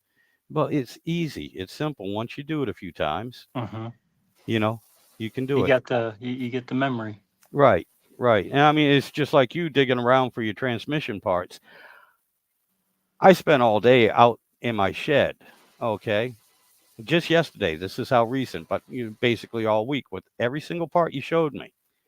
Okay. And I'm still sitting here going, I I don't remember, you know. Yeah, it looks familiar, but I can't tell. All right, which site? Because it's all kind of running together for me a little bit. Mm-hmm. And I'm like, yes, I do remember that now that you brought it up and I can see it. I don't know Mm-hmm. what the hell part that went on, but I do remember them. And all right, you asking me if I put them in right? The only thing I can tell you is that I put the new ones in exactly, again, to that specific part as they came out. I left nothing to chance. I don't know. That- Yeah, I don't know enough to throw everything in a box. One of the videos I was watching, said, all right, these bolts, all these little parts, put them in a box. We'll sort them out later. I'm like, bullshit, we will. Baggies, black magic marker, black, Sharpie. All right, this is where these parts came from. Dink. Yeah, That's it. That's it. Little steps. yeah. Hey, how thick is your wavy? That I don't know. Just to make sure here. Y- Just to make sure. That I don't know, sir. And it's like I said, I have everything together on that transmission at the moment to include the pump and everything. The only thing that really needs to go on right at this moment is just the valve body. Yes, I'm going to take it apart, but I would be gone for about 20 minutes because snap ring, you know. So I can't measure that for you right now, sir. All right. So I'm gonna include a snap ring just in case yours is thicker for some reason. Okay. I don't foresee it being thicker, but for whatever reason. Yeah, you never know with this transmission and this truck. Yeah. You just you never can tell. But man, Yeah. thank And you if so you much. don't need it, just with the old clutches, just whatever you Right. send back, just throw it in there. Yep. And yeah, not a problem. Not a problem at all. Do you question for you? Do you have Hooters out where you're at? Restaurant? Do I? I don't think so. Okay, I so haven't seen one. in other words, you've never had their wings. Do you like hot wings? I like hot wings. Okay. I used to go to Hooters when I was in Ohio. Oh, okay. So Yeah, so I you, know the whole. Yeah, you know what you're talking about. yeah. Okay. Well, I was thinking of being a smart ass and just sending you some of my hot wings, but I don't think they'd make the trip. But I will send you if you want the recipe and everything. For the simple fact they're very similar to Hooters, Uh huh. but they have more flavor. It's not just the hot sauce flavor. Yeah. They have more flavor in them, and they're crunchier. Oh, okay. Okay, and which is a good thing because whenever I have leftovers, I'm not eating a soggy breaded, hot wing. Mm-hmm. They will keep their crunch, even to a certain extent if you heat them up in the microwave. I rather Okay. I rather eat them cold, but they will keep their crunch. I will write it down and I will send you the recipe and the steps to go with it. All right. Cool. And that way I dig there, it. yeah, that way there, that'll be my the best. The only thank you I can think of because to be honest with you, we call depending you can control the heat too, okay, and they have earned the name afterburners for the simple fact you get all the flavor and you can eat 4 of them and you'll be like, oh, these things are mild. I can feel a little burn, but it's mild. Well, the Uh-huh. problem is that burn doesn't dissipate. It doesn't go away. It keeps growing. Even if you don't eat anymore, it just keeps going. After about even after your 4th one, you'll sit there and they'll go, yeah, I can feel the heat. Give it 10 minutes. 10 minutes later, that's when you break out in the sweat, eyes and nose start watering. You're like, well, I haven't had any for the last 10 minutes. I know. You're almost at the peak. Those are good wings. Yeah, you're almost at the peak. Give it another 5. It'll peak. Then it'll start coming back down. Then you can have 4 more. And start the whole process all Yeah, over. yeah, yeah. But and honestly, I'm not exaggerating. I don't make them as hot as I used to. Like I said, you can control your own heat. Mm-hmm. But the thing is, the hot stuff is infused in the meat, in the skin, and in the breading itself. So Oh, okay. that's why you get that nice initial tang, Mm-hmm. that nice initial bite, but that's also why it just keeps building because every part of that you eat has been infused not only with the flavor but with the heat as well. Awesome. I'd like to try those. Yeah. Yeah, I will send you the recipe and everything. And like I said, add the heat, and there's three different spices that have heat in it Uh-huh. that I add to. Add the heat to taste, to flavor, to what you like. Mild, medium, hot. Oh my God, this is gonna hurt in the morning. You know, whatever level you want. Oh, wow. Well, I'll enjoy that. Yeah. Yeah, Yeah, that'll be great. awesome. I will do that. Yeah. And then, well, the reason why I bring that up too is eventually I've been asked to actually cook them and make a video while I'm, prepping and cooking and everything. And I haven't done it because I try to tell everyone this is not going to be a 15-minute video if you want to Mhm. do it Yeah, right. it's gonna be, Yeah, yeah. it's going to be about an hour long. And I said, what can I tell you? But I'll write you down the recipe. I'll write you down the steps on how to do everything. And don't. Here's the thing though that I'm terrible about. Don't be looking for add a teaspoon of this and a tablespoon of that. I'll do that as best I can. Other than that, a lot of this is up to your discretion, and it Oh, also depends I on how don't many cook you're with making. measurements. I don't cook Right, with measurements. If you say a dash, it's gonna be my dash. right. Well, a lot of it's the way I cook too. Yeah. I just keep adding stuff to it until one of my dead relatives whispers in my ear, "That's enough, child. Leave it alone." Yes. Yes. But it's another Oh, thing man. too that I miss. That's hard. I mean, I'm sure eventually the technology will be here. But one of the things when cooking, it's not only adding the ingredients, measuring, but it's sight, it's sound, it's smell, and it's taste. Those are the things you use when you're cooking. Yeah. Especially if it's if it's like my wings, I can just tell by not even walking into the kitchen. If I step away, I can tell by how everything is smelling. If I have this in it enough, too much, whatever, Mhm. and so not even taste.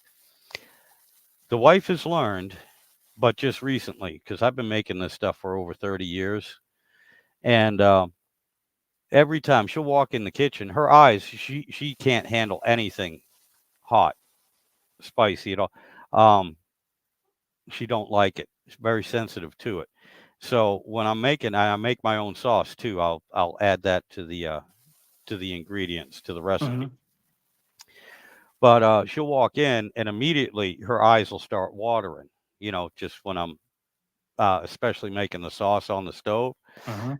And so there's been quite a few times. Oh my God, you're making those again? All right, I'm gonna run to the store. I'm going to my daughter's house, to get away. And she's like, "Kiss me." Really, really. I knew this was coming. We we So doing this again? yep. So I before thought she you even walked, learned. yeah, before she even walked in, finger went in the hot sauce, rubbed it on just like lip balm, give her a big old smooch. You can see her eyes open right up like that, and then the hands start going. You son of a, you asshole, you this, that, and the other thing. Her hands start going out like, honey, this isn't your first rodeo. I'm starting to think you actually enjoy it. It's the surprise. Yeah. Oh, man. Yeah, I'm gonna get out of this live, and I gotta get cleaned up. I just had 24 hours at the station. Yeah, God, thank There you. is there is something that I have to look at this pack for. Um, of course, because clearances and this and that. Right. But I don't want you to run into. I just want to double check it. And what I'm double checking is this is only so tall, right? Right. And I'm sure you're going to be just fine. Uh, when you put this drum on, Yes, sir. since you're putting the thinner steel against the piston, Yep. it's going to move that. It's going to move that pack higher. I got you. So you don't want these splines to be. Out of You don't want Right. want this to be right here. yeah. You Yep. want it to be engaged all the way. Yeah, I understand. I'll make sure of that. Believe it or not, when I was putting it together, both on the bench and back in the transmission, that was going through my mind. All right, did I get the clutch splines all lined up so it's not, so I didn't have one that was just out and it was sitting on the top? Yeah. Because when you're putting it in, you have to wiggle it Yeah. around Yeah, you to get got to, everything. Yeah, especially this one.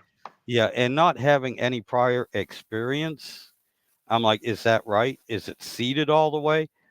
I must have pulled it off 3 or 4 times to the point where I'm actually sticking a skinny little file in there and lining up all the teeth, the inside teeth of the clutch, so it's a straight shot. Right. And of course, I do that, and then the big knobs are not lined up, so I got to friggin' twist it anyway. And I just like, oh my God, I hope I'm doing this right. Yeah, But I usually stick a rag over this and get a Yep. pair of pliers, because those I know what you're running into. Yeah. Yep. But I mean, after 4 out of the 6 times of it sitting all the way down and I couldn't get it any lower, I mean, to a point where I'm actually was using feeler gauges. All right, how far down did it go? I can't get it any further down. Well, after it ended up, I got 4 of the same readings. I was like, all right, yeah, that's got to be it. If it ain't, I just give up because there ain't nothing I can do about it. So Yeah. well, at least now Right. I'll have an idea, what the clearance is, what it's supposed to be all the way down, But good Lord, yeah, Yeah. it is frustrating when you don't have the knowledge, when you're unsure of yourself. It's Yeah. very frustrating. And It all comes with time. It is what it is. oh yeah. Oh yeah, don't get me wrong, like you were saying earlier, part of the Gen X thing is too being independent. I mean, growing up, most of our generation, and we are basically the smallest generation compared to the boomers before us, the millennials and the zoomers after us and everything. We are a small generation compared to them. And it seems most of us, not just in the United States, but worldwide, pretty much grew up the same way. Have very, very common experiences in the way that we were brought up and the things we can do. Not 100%, but the majority of us, and we do have that in common. And one of the things, though, that is a majority is our independence, being self-sufficient, being able to take care of ourselves and our family to the best of our ability. Or at least the want, the drive, and the try to. Whether we succeed in that or not, that's a different story. But most of us have that intent. The only reason why I depend on somebody else is because I have no other choice. Other than that, we don't seem to like to really have to depend on anyone other than ourselves, because a lot of us were brought up that way too. Yeah. Definitely. And Yep. and again, that's what I try to Definitely. show. That's why I try to show in all the stupid little things I do in my videos. Hey, if I can do it, unless there's something I don't know that you got going on, you should be able to do the same thing. Am I going to say you can do it as well as me? No. Like you're saying, practice makes perfect. Experience, things get better. The more experience, the more times you do it, the better you get at it. Or Yep. you might be some sort of savant and be like, yeah, I just knocked that out in 10 minutes and it's perfect. And I'm like, well, get a YouTube channel, buddy. Throw it on there. I'll subscribe. I'll subscribe. Yeah, I might learn something. That's my first time doing it. And I found this, and this, and this. modified this, and this, and that's how I got this trophy. And it's not a partition trophy. It's first place. Subscribe, like, subscribe, Yeah. share. Good for you, buddy. You know. Yeah, here I am spending 30 minutes trying to get a friggin' snap ring out.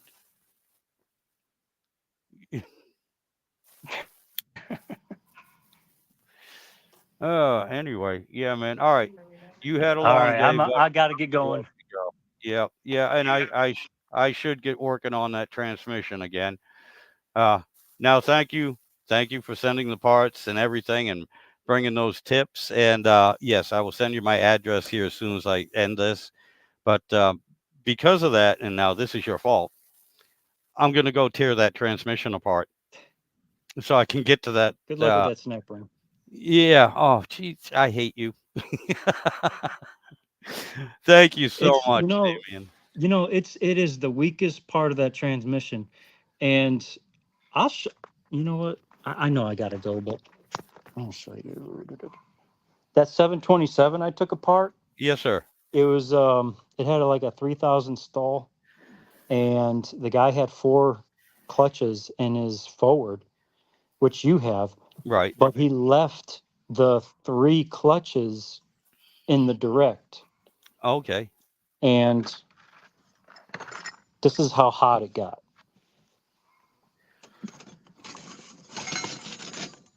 Here's the direct, right? The stock direct, Right. right? It's the thick, the 280 thou pressure plate. Look how blue it is. Oof. Okay. Yeah. Look how beveled. Yeah. Damn. It's tapered. That's how much. Yeah. Yeah. That's actually When- showing up. Yes. That's how much it was slipping. This got so hot. The friction material welded itself to the steel. Yeah. All right. Yeah. And I've seen similar clutches in bikes. Do something similar to that where they've welded themselves together like that. Yeah.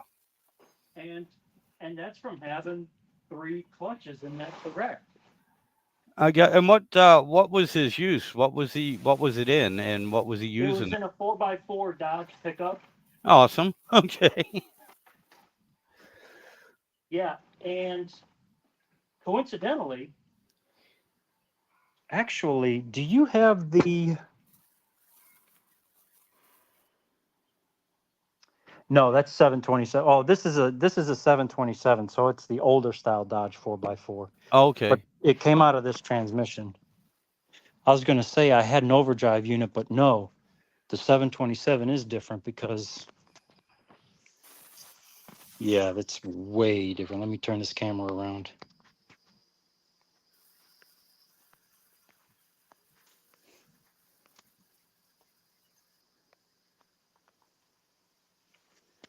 Yeah, this is the transmission it came out of, the 727, Okay. but that's the tail housing. Yep. Yes. It's completely different. Yep.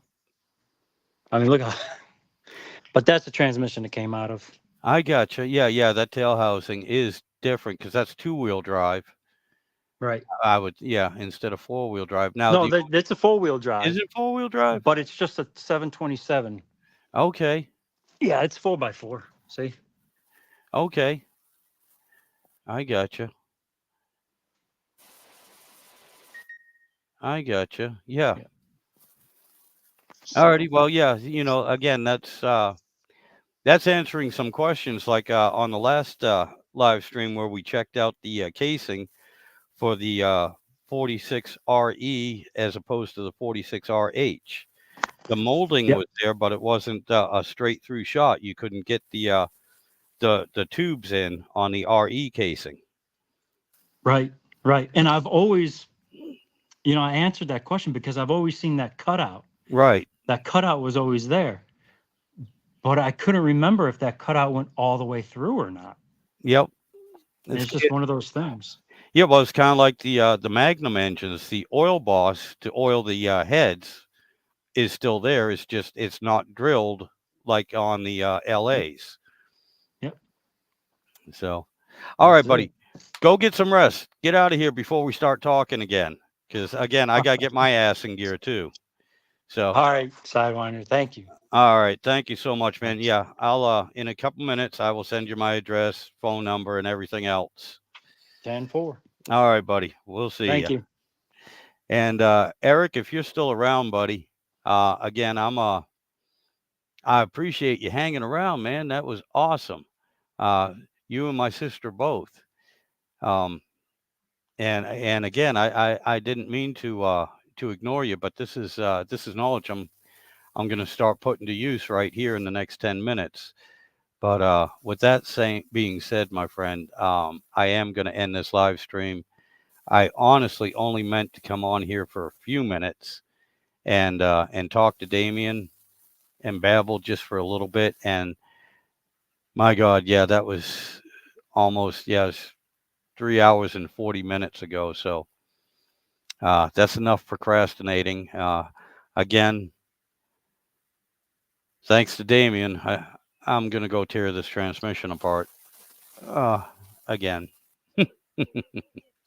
So y'all have yourselves a good day, and I'll try and keep you up with what's going on. We'll see you.